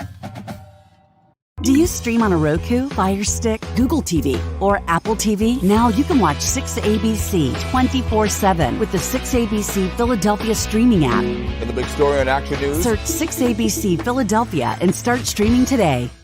EAGLES. Eagles.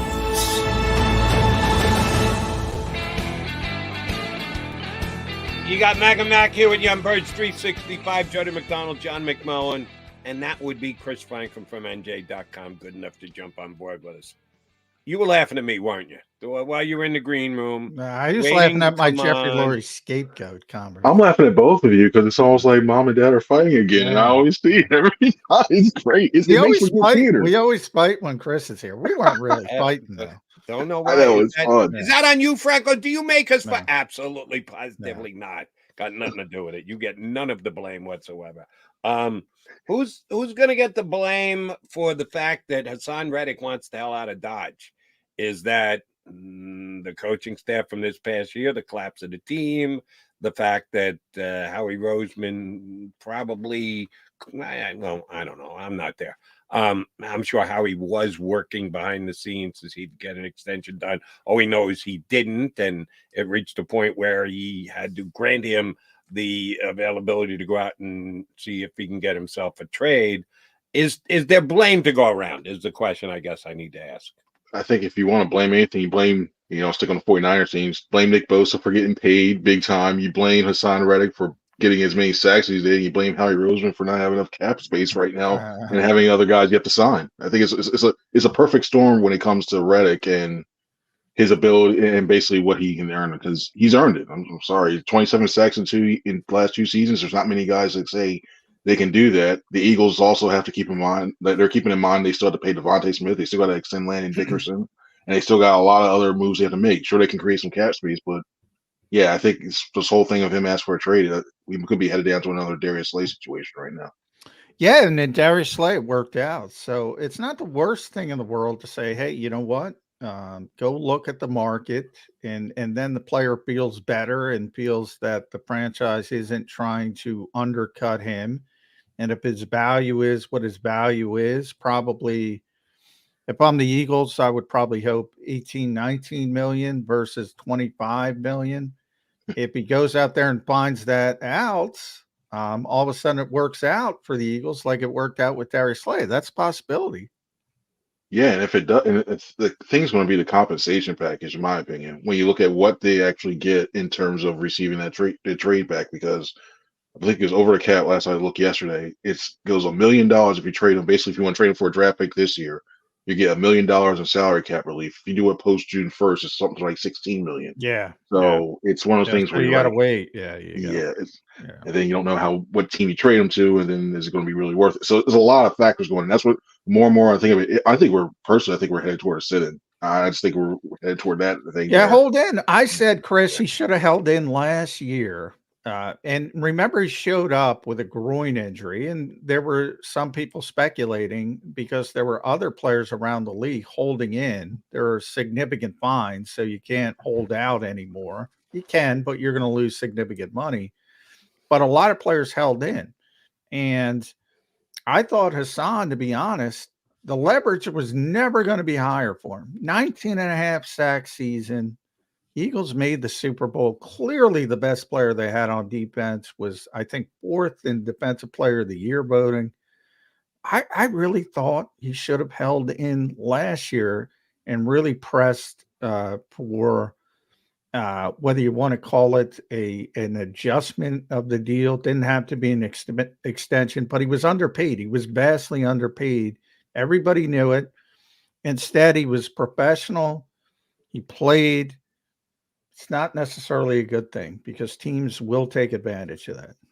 Yeah, he betted on himself, and you had to think, especially if you sit with that most of that defense returning, except for like say the safety stuff. You thinking like, okay, should be around the same type of production, and it slipped up, and it's going to cost them. As we talk so much about how these guys are. Well, they don't honor. You hear, oh, they don't honor the contract. This guy did, and it backfired. So you see now why it's going on for a lot of guys. I never criticize players when you got to take advantage of your moment. You got to, because you never know what's going to happen. And they regress so badly on defense.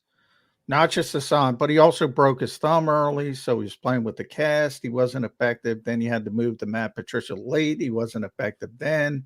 In between, he was great. He had he had 11 sacks in like 10 games weeks, or whatever. Yep. Yeah, 10 weeks. He was great, but you had the two sort of that was sandwiched in the slow start and the slow finish. Yeah, I don't know. I don't know if he's going to get on the open market what he thinks he's going to get, and that'll help the Eagles in theory. Yeah, but here's the problem, and you guys just were discussing it, taking a step further. The hold in, which could very well be coming. John suggested it'll be 12 months late. Should have done it last year. If it happens again this year, it is a possibility. Somebody's got to be the massage person in that. Somebody's got to keep him motivated to continue to play well, not be a disruptive influence, not wreck the clubhouse, and let him know that he's still the huge part of the defense. Doing the massage thing. Is Vic Fangio that guy? Who the hell is going to do that for the Eagles? If it comes to that, they could trade him. They could get a contract negotiation done, or the third option. And the third option is realistic. It's not minimal. It's realistic. Trying to play through it. Who's going to handle Hassan Reddick to be able to keep it doable in the Eagle clubhouse? Your best option is Nick Sirianni, because when you look at everything, something to do, right? Somebody call McManus and tell him that's going to be Nick's biggest job is keep Hassan Reddick at least somewhat focused playing football for the Eagles next year. And when you look at the jobs of head coaches, I think that's the most underrated, the thing that's usually glossed over most. Because a lot of times when you talk about it, you want the X's and O's guys, you want the guys who can play call, you got the dynamic names, stuff like that. Well, a lot of these guys, we've seen a lot of times when it comes to these coordinators that become head coaches, they have issues when it comes to talking to a lot of their players and trying to handle situations like this. So I think this is going to be the biggest test for Nick and stuff like that. Is we know he's not doing the play calling or offensively or anything like that, but managing situations like this is probably why he still remained as a head coach, and he took that CEO role, so he can handle more time to do stuff like that. Because it's just it can become very volatile very quick. Especially now, the one thing that they have going for them is, and we saw this last year when it came time to say Hassan had opportunities to really blow up and say you know what, I want to do this, or I think this, because he's pretty much he speaks his mind a lot. And when he's going to say he's away, yeah, he's like, you know what? I'm not going to put this team in a situation because he'll say I'm just not talking or something like that. So, yeah, this is going to be one of those things where Nick has to handle this well. And if not, we'll tell very early.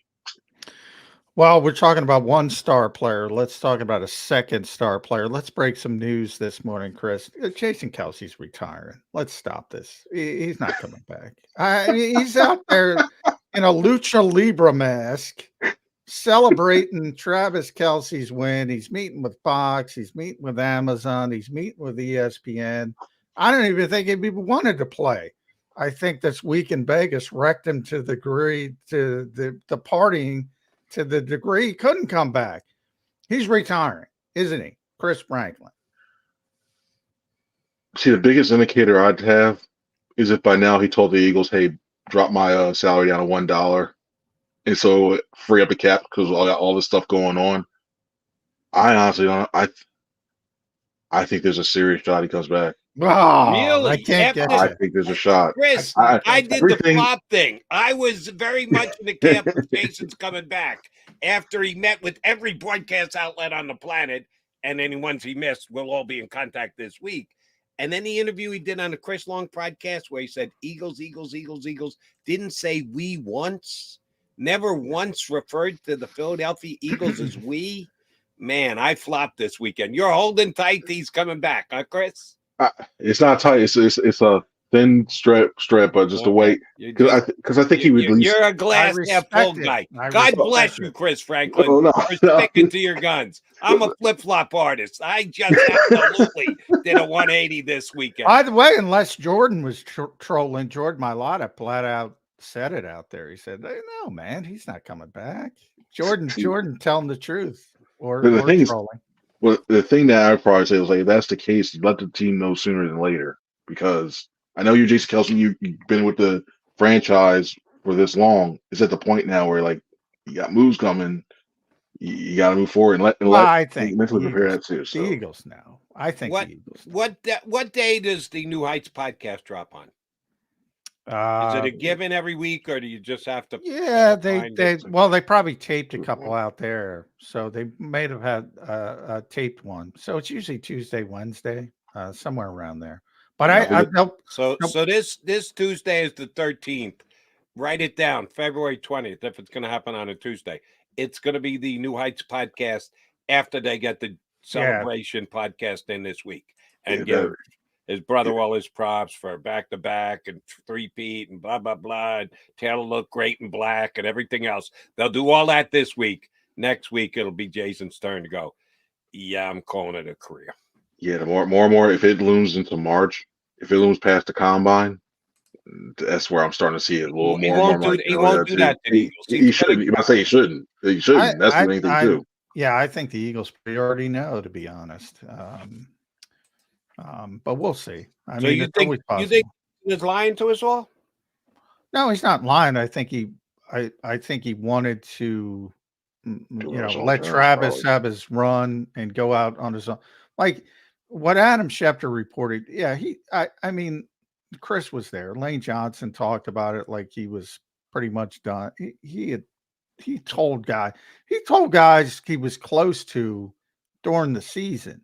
Now, as Chris also knows, he's done that before in the past, and he's changed his mind. So I can't say he's not going to change his mind, but boy, everything is pointing towards he's not coming back this time. Which, the Eagles need some cap money. It's not the worst thing in the world. They've set up for this. Cam Jurgens going to be the heir apparent. Who knows who's going to take over at right guard? It might be Tyler Steen, might be somebody else. But when you talk about these other people you have to pay, you mentioned Devontae Smith, Landon Dickerson. Now you got to figure out something with Hassan Reddick. Silver lining, you don't have to pay $15 million to Jason Kelsey. Yeah, but you got to make sure you couch that correctly. They're not saving $15 million. Jason Kelsey's got one of those extended voidable year deals where when he steps aside, they're taking a dead cap money hit. So it's not going to be a $15 million savings. I don't have Kelsey's contract in front of me, but I guarantee you they're taking a dead cap hit the day he decides to retire. I'll look it up real quick. Ask Chris another question while I look it up. Chris Franklin, with Hassan Reddick needing to check his worth on the open market, who do you think is going to be willing to bump him up from 15? I'm saying low 20s. He's not getting up to 25. The Bosa money, both of the Bosas are blatantly overpaid, and he's not TJ Watt. Nobody in the National Football League is TJ Watt. Let's say low 20s, 21, 22, somewhere thereabouts. There are guys that are being paid that Hassan Reddick has been more productive than. What teams should we be afraid of? What teams will the Eagles be trying to negotiate a deal with that one of them will give Hassan Reddick the type of number he's looking for? Being that I think they want to really make a splash, and they're still reeling over the coaching decision they made because they did look at it. The Commanders, to me, Commanders like, you know what? We need to make somebody here. What better way to go ahead and try to take somebody from divisions, guy who has the pedigree that shows that you lost Chase Young. Yeah, Montez Sweat and every guy. And Montez Sweat. They traded both of their pass rushers. So you think you got to figure that first one too. Why not sign for Hassan Reddick? You got the money to do it. You can do that to cachet. You might get everybody that one too. Oh, why not go sign him down that way too? And then now all of a sudden you can create a dynamic where you're looking south like, okay, we got to protect Jalen Hurts. Well, we got to see Hassan Reddick twice a year. You got to see Micah Parsons down twice a year. So it just makes things worse. So the Commanders might be the one that everybody uses to go leverage. Go, hey, you know what? Hey, we'll sign him. We're empty that one too, and they use his leverage, and then he just goes somewhere else. But yeah, I think the Commanders name is going to be linked to it eventually. That's legit.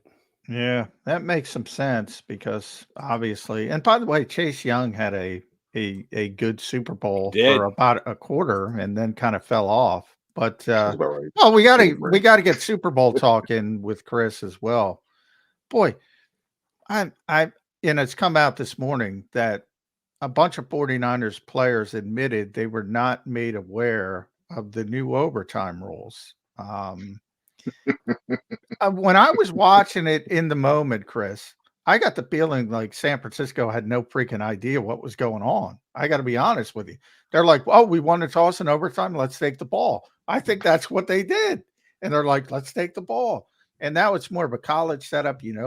Both teams are going to get the football. So you want to be that second team because you want to know what you have to do. And all 4 downs are on the table. Yep. It just makes sense. Is that the feeling you got immediately? I think a lot of people didn't know. A lot. I know. I think the people watching the game were better versed because they were told before the game than it was actually the players on the field themselves. Yeah. Because especially Mecole Hardman's like, wait, what? I thought the game was going on. Oh, wait. All truth in advertising. I'm being 100% honest here. My hand on my microphone, my other hand on my heart. I had forgotten. Now, as soon as they mentioned it, and I said, oh my God, how the hell can they take the ball first? It clicked in. Now, I'm not playing in the game. I'm just doing a stupid show with John McMullen and Chris Franklin and Glenn Macnow, whatever else. It's not my job to remember that they changed the rules. But as soon as I was reminded, I knew exactly what we were supposed to do, and Shanahan didn't. How can you do that if you're the head coach of a Super Bowl team? That is just one of the many things when you look at Kyle Shanahan's coaching career. You're going to look back and go, he's the biggest what if. He's become the old Andy Reid in a way. In the fact that when it comes to crunch time, when it comes to a lot of like in a big moments or anything, there's always a gap. There's always a timeout issues. There's always whatever you. And then it leads back to bite him in the butt. Shanahan, his system. I look at Shanahan. His system is great. He can get these quarterbacks going. The play designs are brilliant. Yeah, but, great. At what price? Yeah, you're sitting there looking like that, and that's why I think he really needs either a former head coach to be his assistant coach, or he needs to hire or an assistant, whatever, to tell him game situations because he's like that guy who's like developing the program. He's like, well, I can put this line in here. I can put this line. Hey, the fire alarm's going outside. Oh, I can get this line. Okay, I'll get it right for you. And then next thing you know, like, oh, wait, it's smoke. I got to figure something out. He's panicking. So, well, here's the name, Chris. August Mangin. You probably first I did not know that name until this morning when I looked it up. He is the 49ers game management specialist. If the 49ers are anything like the Philadelphia Eagles, you're going to see the name August Mangin fired in the coming days and weeks. I remember before I got on, you guys were talking about scapegoats. They're your scapegoat right there. Oh, He's the one. He's got a big picture of goat on his back. Mahomes has Yeah. got a goat on his back, but it's a different goat. He's a better one. Mr. Mangin is. And by the way, and I don't know this, one of you two should, I guess. Who's the Eagles game management specialist? Who That's is a good question. It supposedly used in to be Nick Sirianni's ear? our buddy Ryan Paganetti. Let's see. That's a good question. 3 years ago, right? That was under Doug. Yeah, that was Doug's guy. And he's by the way, he's in Jacksonville with Doug now as well. Now, TJ, his brother, is still on the Eagles staff. Well, he might not be now as the Eagles staff is getting blown out. Let's see if they have an official game. Now, remember, Nick Sirianni considers himself a game management specialist. He studies a lot. Yeah, like studying everything and trying to the situations things So. I mean, and obviously Kevin Patullo's his right-hand man, but he doesn't have that title. I'm seeing if anybody has the actual title. And titles are fluid in the National Football League. Nobody had the actual title last season. I think a lot of it falls on Nick. A lot of it does because he studies a lot, and he studies a lot.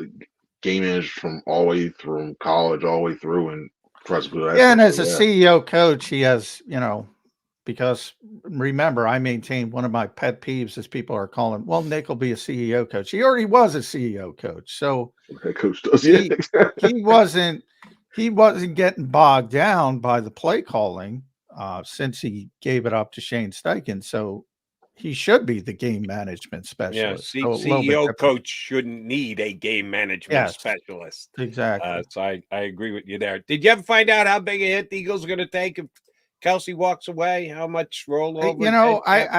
It's not, if you look at it, over the cap gives you cuts post June 1st. It wouldn't be a cut. It would be a retirement. So I emailed somebody real quick and I see what the difference is. Now, if you cut them pre-June 1st, which they're not going to do, that's why it's not relevant. Then you have you lose 15 million in cap space. If you cut them post June 1st, you gain 1.5 million. But retirement's different, and I got to figure out how that affects it because I think that helps the Eagles, the retirement. As do I, but not. It doesn't just disappear. You can't make it wave a magic. No, it doesn't. But I do think it changes the complexion, and that I just emailed a contract guy, and hopefully he'll get back to me. But don't have it right now. Gotcha. All right, Chris Franklin, what is the next step for the Philadelphia Eagles? They probably still have a spot on their staff or two. They've still got to work out, but I think the staff is close to being set. We got to wait for the combine before we start to look at the guys that the Eagles position. Eagles are going to have to. Oh, here's a question I want to ask you. Here's one that John and I, the parents, fight again. Johnny Mac is all but guaranteed that the Eagles are taking a right tackle with or just a tackle. I got to give him. No, I'm playing the odds. And left sides. No, he's playing the odds. They're taking a tackle. I'm taking all others other than. If you had to make the call, and I'd have to give John a little some odds here that I'm getting the wider field. He's getting the very narrow field. What position do you think the Eagles will be using? And no, this is a completely unfair question because 97 things can happen between now and the day one of the NFL draft. What do you think position the Eagles most likely going to select come round one in the NFL draft? Well, I had them taking Lamarius Mims out of Georgia because I thought he's a tackle going at. But given that the news that just happened yesterday, knowing that you have a big depth problem at edge rusher, if you really do trade him, which I don't. But just in case, even beyond this in the future, I think you start looking at the edge rushers. I really do. Well, here was my thought process. And if you look at Daniel Jeremiah's early top 50, and the Eagles started 22, there's a lot of caveats to this. I said, if the Eagles stay at 22, which we know how he can move up, can move down, but if they're forced to stay at 22, I think Daniel had 8 tackles between number 9, who was Joe Alt, and I think Mims, who was like 17th or 18th. And I'm thinking to myself, there ain't 21 teams. There's no way 8 tackles are going to go before 2022. So a really good player is going to get pushed down the board. And that's sort of how the Eagles work. They'll say tremendous value. We got to think about the future with Lane Johnson. So I think it makes sense because there's so many tackles in this at the top of this draft, whereas there's not as many corners. They need a corner.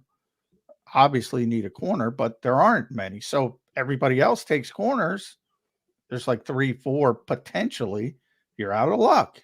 SOL. Same thing with edge rushers. There's not as many.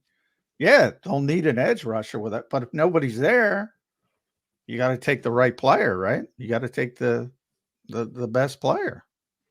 And see, part of me is, and one thing that I'm really looking at, because I really like Latu out of UCLA. I think you're going to need to trade up to get him. I know you have a lot of needs here on this team, and you got 4 picks in the top 100, or at least projected with that 3rd round pick from Hargrave compensatory. I'm looking at moving up. I may be dangling that the 3rd or 1st, see who wants to take it, so I can move up a couple spots to go ahead and grab Latu. If not, if Mims is gone, and now why am I blanking on the other guy that was from the other big tackle? I'm blanking on his name now. Tyler, yes, I got Oklahoma, Oklahoma guy to replace and that's Oklahoma guy. And Lane's been mentoring him. So he's already got a little Stoutland teaching. Yeah, he's got that. If he's going that one too, I might be trained back and taking Chop Robinson, the edge rusher. I'm looking at a guy like that. So yeah, Reddick would change everything. If they do move Reddick, obviously they're going to have to, whether it's free agency, they're going to have to find a more proven commodity than Nolan right Smith. Now. But given right now, give the trade stuff, the trade cap hit and everything else, I think it's more likely it's going to be a tackle though. And you got to do what you got to do. And I think that Howie is proven over the years that he certainly acknowledges that. But 3 years, 4 first-round draft picks, all of them on the defensive line, that doesn't look good. If you keep swinging for the and you got to go back there again, you've taken 3 defensive linemen in the first round over the last 2 years, and you got to go there again. He will, because if it's necessary and Hassan Reddick's situation unfolded the way it did, he'll do it. But it sounds like, what the hell? Why can't you get yourself a defensive lineman in the draft? And they're going to be banking heavily on Nolan. They got one last year with Jalen Carter. Inside though, at C Franklin News, speaking of Jalen Carter, last one, NJ.com. Make sure you follow Chris. Does a tremendous job. Fletcher Cox, man, he was on Cam Hayward's show. Where's Fletch? Is Fletch coming back?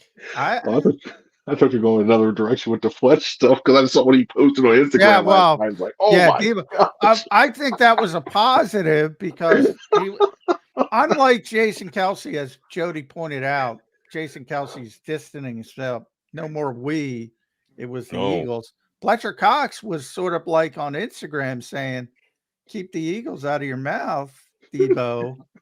He's talking like he's still an Eagle. So there's a chance Fletcher's back. See, I don't know. In the same way, like, and don't talk both sides of my mouth here, but listen to the way Jordan Davis did and how Jordan was like he's gone. Yeah, he's gone. I think the teammates are just throwing their teammates under the bus. Mylata, see you, Jason. Nice knowing you, big guy. Fletcher, good job, bud. Enjoy retirement. What the hell? Why can't the Eagle guys try and suck their teammates back in rather than wish them well in the rest of their lives? Well, Jordan Mailata, because of his personality, might have been trolling a little bit, but Jordan Davis, yeah, as Chris pointed out, he was upset, thinking about it, emotional, very, because he's, been his mentor. So Did he that carries. Did he buy him cruise tickets so he can enjoy retirement, so he can take a cruise I don't around think the world? I don't know I don't if he think wants it's to retirement. retire, but I think he wants another 8-figure contract. And boy, if you're the Eagles and you have Jalen Carter, Jordan Davis, and Milton Williams, at some point you got to play those guys and you got to build on those guys. As good as Fletcher was, and I thought Fletcher had a good season, sometimes you got to turn the page. Yeah, the last thing they want to do is be in 2017 mode all over, 2018 mode all over again, where you paid a lot of these guys based on sentimental value, and we saw what happened on that. But yeah, I think Fletcher wants to play another year. I truly do. And when you look at it, I just don't know. Like if he's commanding, he may get it too. Like he's another $10 million or whatever. I don't think it's going to be here. I think it's going to be somewhere else. But Kansas City. Mark my words. Hassan Reddick will get close to the top of the market than Fletcher Cox will. Fletcher. Oh, yeah. And Fletcher had a really good year last year. But Fletcher deserves another $10 million contract. Yeah, Hassan's going to be $10 million fall into defensive tackle market. No, but it's a lot for a 34-year-old defensive tackle. That's a lot. And when you have 3 other good ones, I don't know if you can afford that again. That's my estimation. Plus, you want Carter playing more, and you want Davis playing more, and even Milton Williams, you want him playing more. So they have good players. Unlike edge rusher, they have good players ready to take over. Agreed on that. Chris Franklin, thank you very much for coming on with us. You know we love having you, and we'll talk to you again, if not next week. Thanks, buddy. Hey, this is our 700th show, and you're a part of it, Chris Franklin. I'd like to thank you guys very much for the opportunity. I'd like to thank you guys. It's a great show to be on, and I'm serious. Congratulations to you guys. You guys do great stuff, and I hope all the other viewers see the work you guys put in. It's really good stuff. And I thank you very much for letting me be a part of it.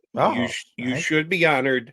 Now go down to Wawa and see if they give you a discount because you were on the 700. Yes. Bird Tree.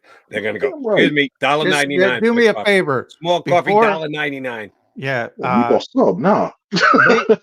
Before you do that, make sure it's free coffee day. And then pretend. The only way you're getting a discount if it's free coffee day. Good stuff, CF. Thanks, bud. Thank you, guys. Appreciate it. Follow ChrisNJ.com. Following the Birds day in and day out. All right, McMullen, McDonald coming back. We're early, late. We will put a bow on the show, though. Go to get your game on. Go for the beers. Go for the cheers. Go for the hit and the hits. Go for the stakes and the stakes. Go to get your parlay on. Go to get your party on. Go for the scene. Go for the screens. Go for the gallery. Go for the win. Go to Ocean. Visit theoceanac.com to plan your visit. At Pond Lehocky, we've recovered billions of dollars for our clients, and we're confident we can do the same for you. With over 250 years of combined courtroom experience, we've helped over 100,000 injured clients obtain some of the largest settlements in Pennsylvania. One conversation is all it takes to help you and your family get back on track. If you've been injured in an accident, give Pond Lehocky a call. They're carving them up and good play calling along the way. First and goal at the 6.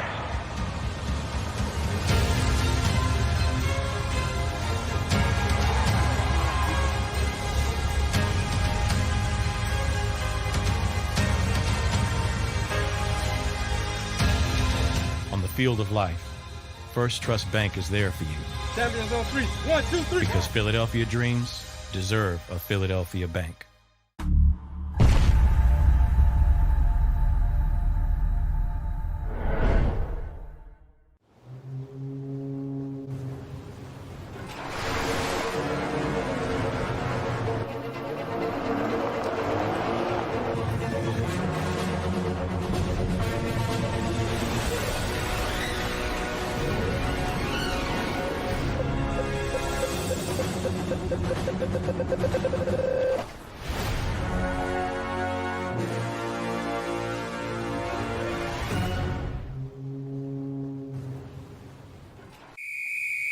Underdog Fantasy has a way for you to play alongside your favorite football team all season long with their fantasy pick'em game.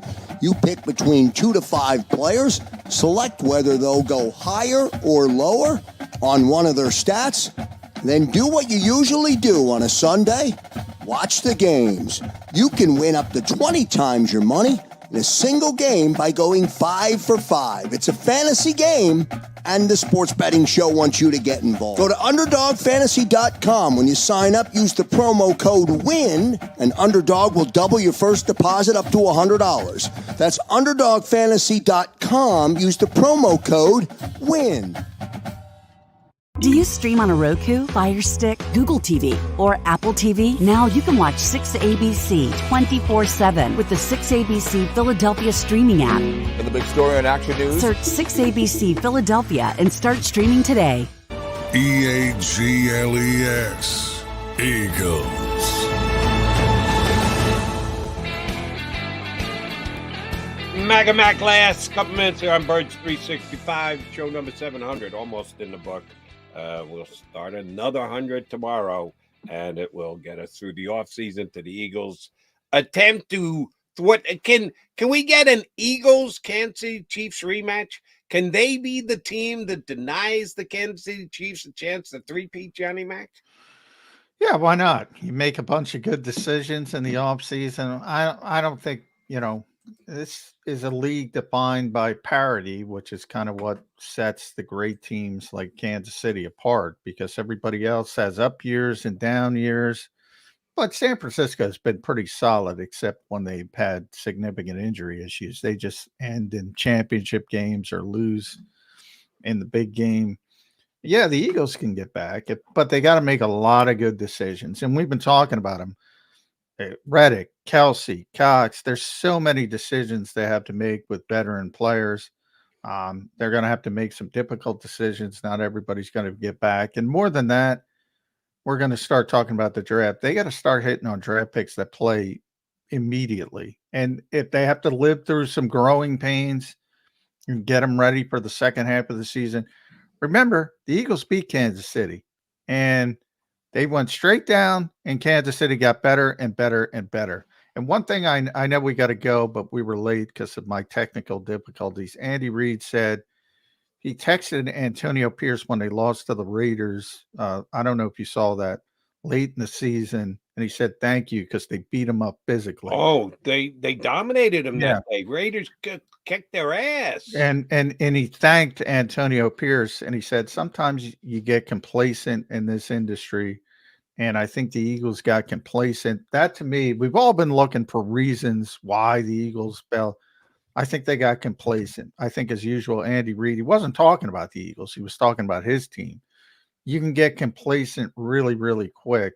I think that happens to the Eagles. And if they use it correctly, make a bunch of good decisions, get some rookies involved, anything can happen. As of today, it is officially Howie season, because it's all going to be about the players, draft picks, free agents, everything. Hassan Reddick wanting to be dealt.